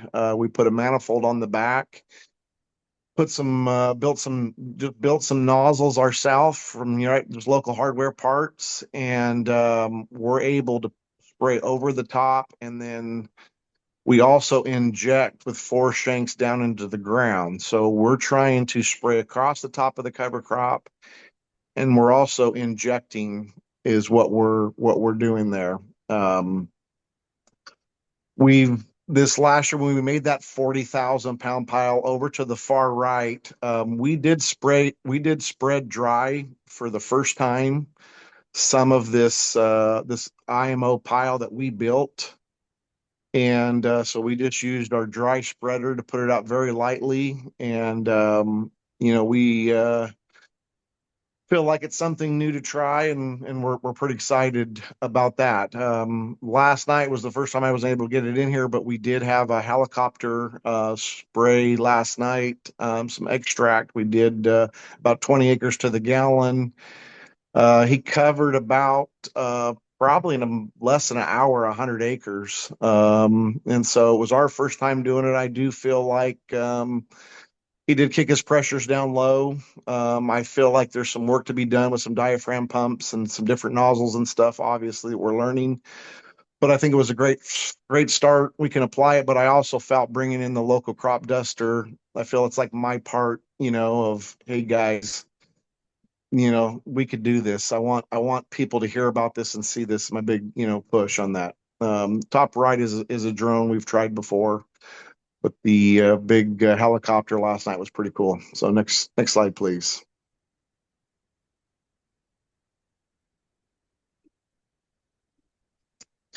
And yeah, what I noticed after, I know, one of the big things was, well, what do you notice as you're doing all this? So as we were spreading dry, this winter walking through our orchard, the mushroom bodies was absolutely been amazing the last couple of years. And so just learning the different, what it means and being able to see that, I think is just, really huge, which, again, the brand name of farming forest is right. We feel like we've brought in the forest into the farm, and therefore, we're trying to brand the farming forest, just starting social media, actually this week. So farming forest pistachios is where you guys will be able to find us and keep up with us here in the future. So next slide, please.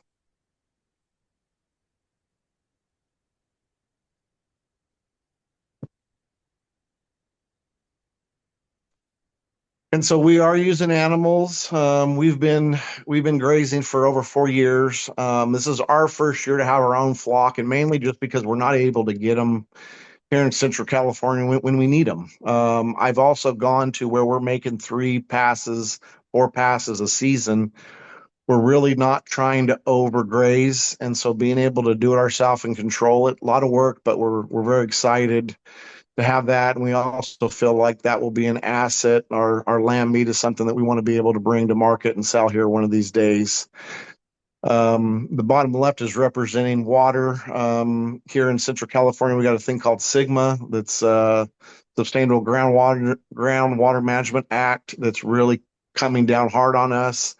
I feel prepared. This regenerative, using these extracts and teas, I've seen up to date this year. I'm so excited to bring it forth to people and say we're almost using 50% less water than we did back when we were doing conventional. And this is also how I've gotten into some of this stuff, right? We made mistakes on our journey here. And I share that with everybody. Like, this has not been easy. We've had a lot of mistakes, and that's how everybody asks, how did you get into crawling through the forest, collecting IMO? How did you do these things?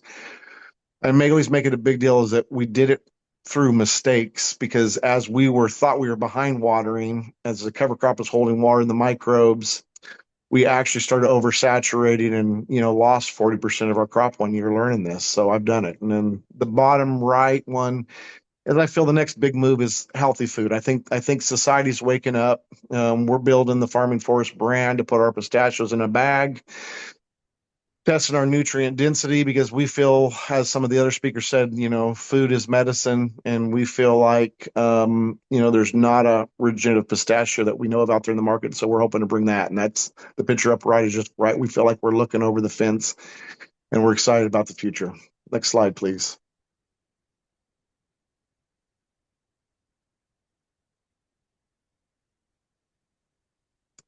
And so, yeah, so I think the biggest thing is education, which I've heard some of the other speakers say too. And so we just got done this last year having our second annual field day. We do it the last week of February every year, and it, just kind of started off as just, we wanted to show people in our area what we're doing, what's possible. And so, yeah, we had Simeon from the Hawassi Boys came out, did a great presentation, had a bunch of other presentations. I think the infield stuff was awesome. We had the rain simulator out, which if you haven't seen videos on that, check that out.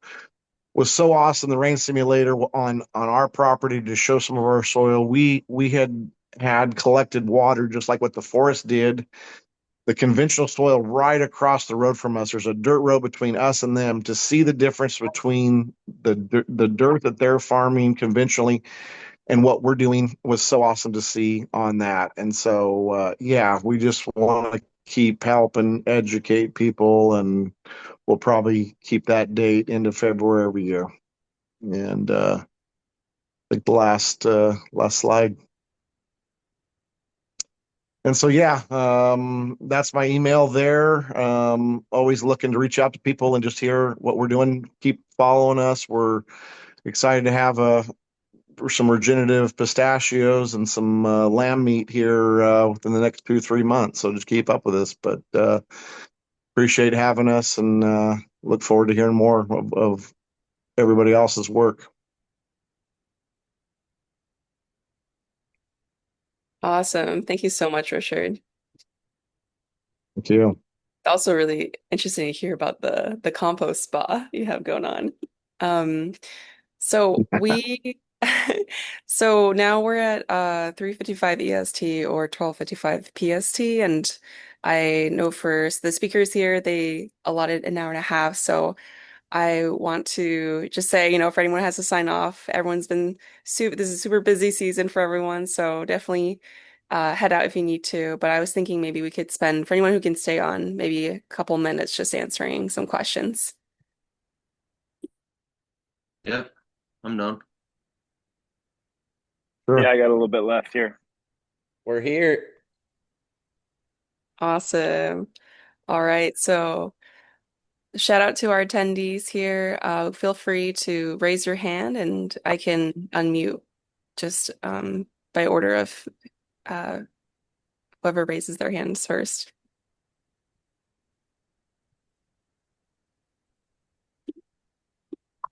All right. Go ahead, Dehanza. Hi. Thank you all so much for the presentation. I was just so in the comments like, oh my God, this is so cool. I don't know any of this stuff. Because everyone's journey is so different. So I had a couple of questions. First, for those vermicomposting and selling castings and tea, how did you market, or I guess for the frass as well, how did you market that to other farmers or the average person when you were kind of saying this is an option of fertilizer? And then two, I was really interested to know more about the rain simulation that you were talking about, Richard. So yeah, those are my two questions about marketing to other people that these other types of fermentation or other types of composting exist. And then, yeah, just the tools that you use for that. Yeah, so I can talk about the frass and marketing a little bit. Um, we just started, it's kind of like a slow roll on the frass, and it's just we are at the farmers market every Saturday, and people come by and see what's going on, and I start talking about it, and they'll stop other people, and there's a lot of interest once people start to learn about that. But Instagram, Facebook, we've got a nice updated website, but it's taken years to get all of that going. But for right now, yeah, it's just been kind of word of mouth and around our local community and through social media. Um, Sorry, I don't know if that's a good enough answer.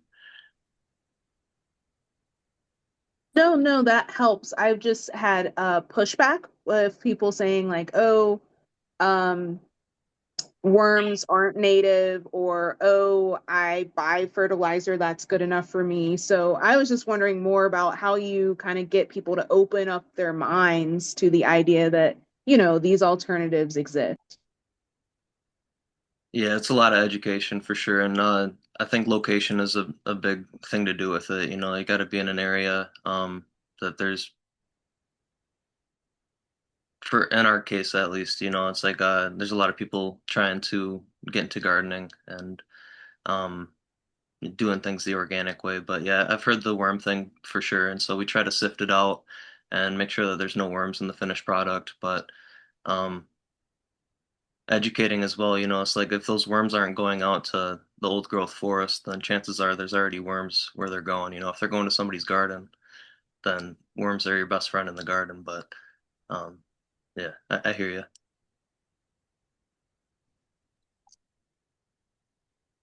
Anybody else want to jump in?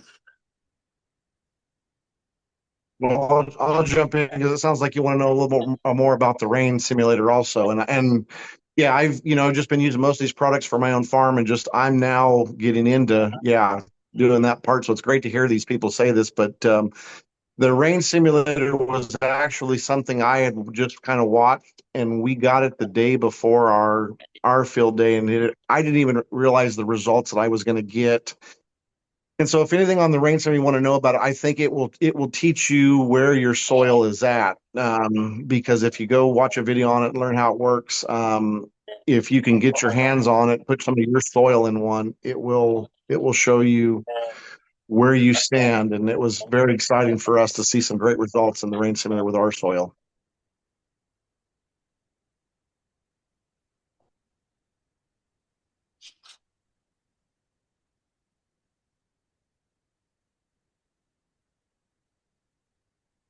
Great. Well, I hope that answered your questions, Hansa. I'm going to go ahead and now allow Carol Peck to speak so she can ask her question.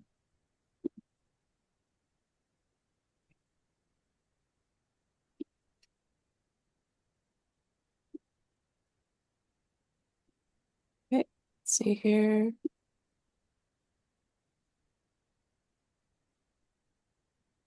Carol, would you like to unmute? Okay. Hi. I'm Carol Peck. I'm master gardener in California, and we've been trying to test various composts that we can get commercially.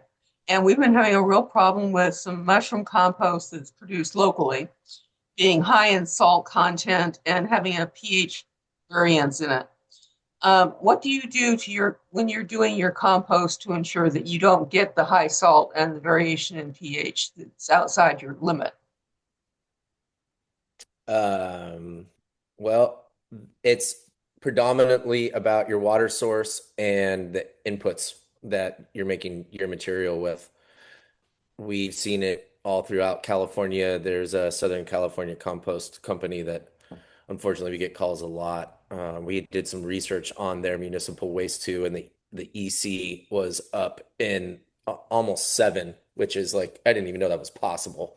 Really, really, really salty. But it's a common problem because we can imagine over the course of 6 months how much water is going in and then evaporating. If there's any salt content coming in, you're gonna increase that salt issue. Carbon is going to be your biggest friend in this scenario. I think this would be a scenario where I would see biochar being relevant. There's so much we don't know about biochar. We've seen in a lot of cases of it being used too heavy-handed. It'll tie up a lot of nutrition. So it's imperative that it goes into the compost and gets filled with nutrition. As you raise the cation exchange capacity or the nutrient holding capacity of your compost, you've now buffered it to be able to tolerate higher salt levels. That's more of there's thresholds to that, but that's the band-aid. And then you're really talking about rates of application, kind of reverse engineering, figuring out where your salt is coming from in your input, I would say is the first thing to do. And then start switching that. If you're getting that compost and that's all you have to work with, we don't really like recommending this, but you can add gypsum to a compost product and basically wash out the salts. Sodium will be the first thing that will run through.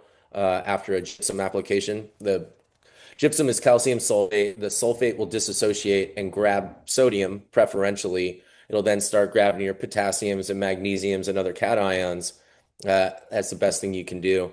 But really, again, if you're using really good compost, whatever the mineral profile is such a drop in the bucket at ag scale.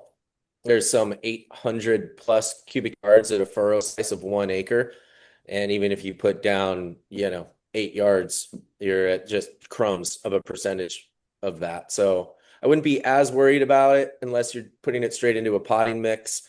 And then make sure to incorporate gypsum into the soil, into your potting mix, and keep the water there and let it run out through the bottom. And that'd be a great start. The microbes will work on that. There's some fancier, like lactobacillus has its role, especially in really caustic environments. I think of lactobacillus as kind of the liquid Drano of the microorganism world. It'll clear the pipes. So it's a good first start. Okay, well, thank you. We haven't had any problem with any of the other local composters being really high in salt with just the mushrooms. We didn't know if it was a problem with the mushrooms or their process or whatever. But we stopped using that right now. Where in California are you? San Francisco Bay Area. Oh, nice. Us too. Us too. Oh, all right. Yeah, I'll try to reach out in the chats or shoot me an email, and I could give you a list of our product and a few others in the neighborhood that we like. Oh, that'd be wonderful. Absolutely. Thank you.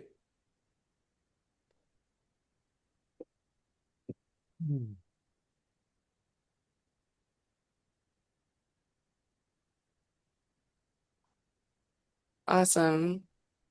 And then let's make this the last question from Jean Monaco. Go ahead, Jean. Okay. I was wondering, my question was, how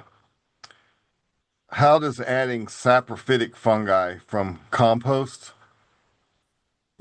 or extracts rather, that was produced through the thermophilic process or any other kind, how does that help the mycorrhizal community develop? Because those are, what do they call them? Obligate biotrophs, right? They got to have the plants. So if you're just putting extracts that have saprophytes in them, how does that help the mycorrhizal community develop? That's what my question. Anybody want to grab this one? Yeah.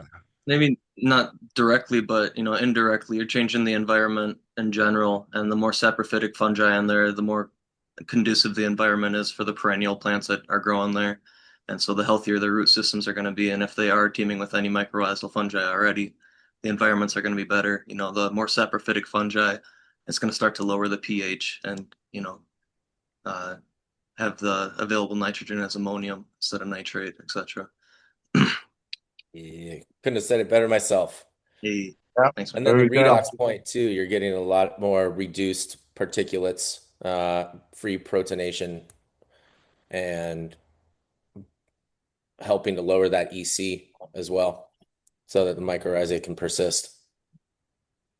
I've heard Dr. David Johnson answer that question basically just by saying you don't necessarily have the mycorrhizal fungi in your fungal inoculant, but it will, he sees a direct correlation between adding the fungi from the compost into the soil and then watching the mycorrhizal fungi develop from there. So whatever's going on, it is associating well. Yeah, thinking about where they all come from too. In a forest floor where there's mycorrhizae super dominant, there's also a really high saprophytic fungi presence with all that leaf detritus, wood detritus breaking down. So we're just working to actually mimic some of the natural ecosystem relationships that exist outside of the farm. And I can just speak from our farm as we started to see the saprophytic come up.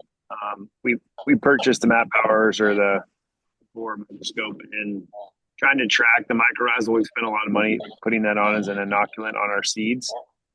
noticing it's not always sticking and knowing we were high and using phosphorus fertilizer in the past. And I feel like as you see the saprophytic come in there and really as the cleanup crew, um, that goes away and the mycorrhizal really stick. And I can just tell you just from firsthand, that was a kind of a big piece of it is going, oh man, as we're getting more fungal here, this is awesome because now the mycorrhizal that we're spending feels like an insane amount of money at times on um, is really sticking and staying. And if it's going to stick, it'll stay. And then we're not having to use it all the time. So I think just add something to this is we like to, finish off our compost with a cover crop and using a mycorrhizal host or, any you know, rhizobium host or, legumes, anything like that. And then you chop and drop it and you let it return back to the compost. And then that compost has all those roots and all the nodules and all the microbes associated with the roots. And so that's, I think, the next level is like not just using saprophytes and working on decomposition, but then taking the bridge from this is decomposing material or mostly decomposed material. Now let's make it more conducive to plant growth. And by adding in cover crops, I think that's a huge, huge step forward towards that. I love that. I love that tech. Absolutely. And you're getting all those fresh I root oxidates. The compost pile ends up being actually pretty oxidized after the whole composting process.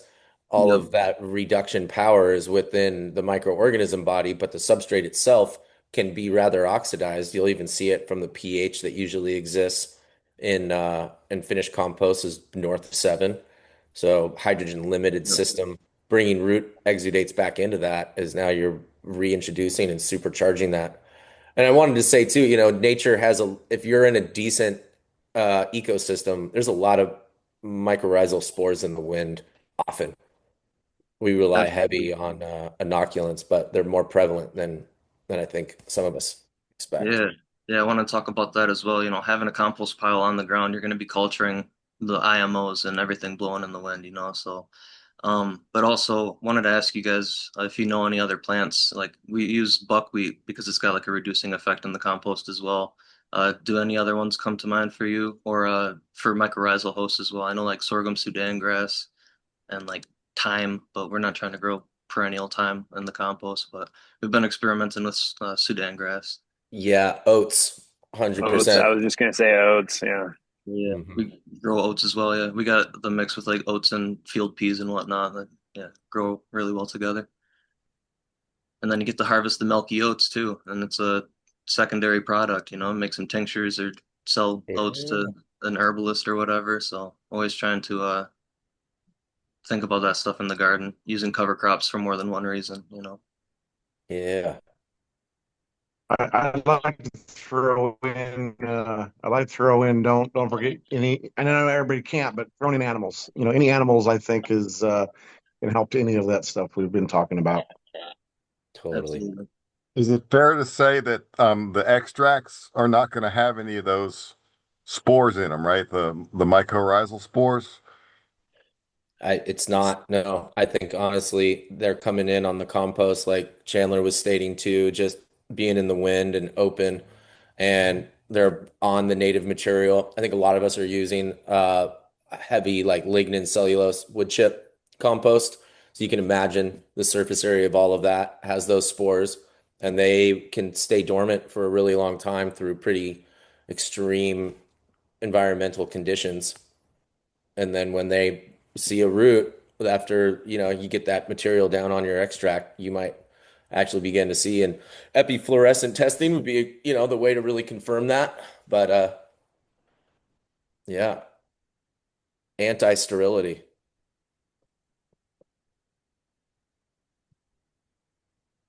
I gotta say, this is such a great panel. Thanks, EcoFarm, Jesse. Yeah. You Yeah, guys are all Thank heavy you. hitters. We're dealing with a squad here. Let's go. y'all should Bring it come on. camp Yeah. compost. I wanted to also say the IMO bath that you're talking about, the sauna experience. We did that last year at Camp Compost, and we had Chris Trump out as the keynote, and everybody was getting buried in that, and it's out of this world. But also, we're having Matt Powers as the keynote this year, so I saw some people in the chat resonating with him. So if you guys anywhere near Michigan, I mean, we got people coming out from all over the country for it, but it's a whole lot of fun. And yeah, any of you panelists, you got a free ticket for sure if you're interested, or come talk. Oh, thank you. But yeah, Yeah, just we'll wanted boost to that for sure. again. Yeah. Yeah. I hate For to say sure. it, but I'm gonna have to jump here. I do have another engagement I got to be on. This has been Yeah. awesome. Thank you to everyone, and yeah, much Thanks, honor to Josh. be here. Yeah, thanks, Josh. You. Thank you, everyone. We'll be sending out a recording and a follow-up email. Thank you so much. And yeah, could have been a whole day. It was super packed. Yeah. So thank you for sharing. Yeah, for sure. This group. Yeah, right on. All right. Thanks very much, Take care. Nancy. Thank you. Bye, y'all. Thank you. Thank Yeah. you, Take everyone. care. Thank you.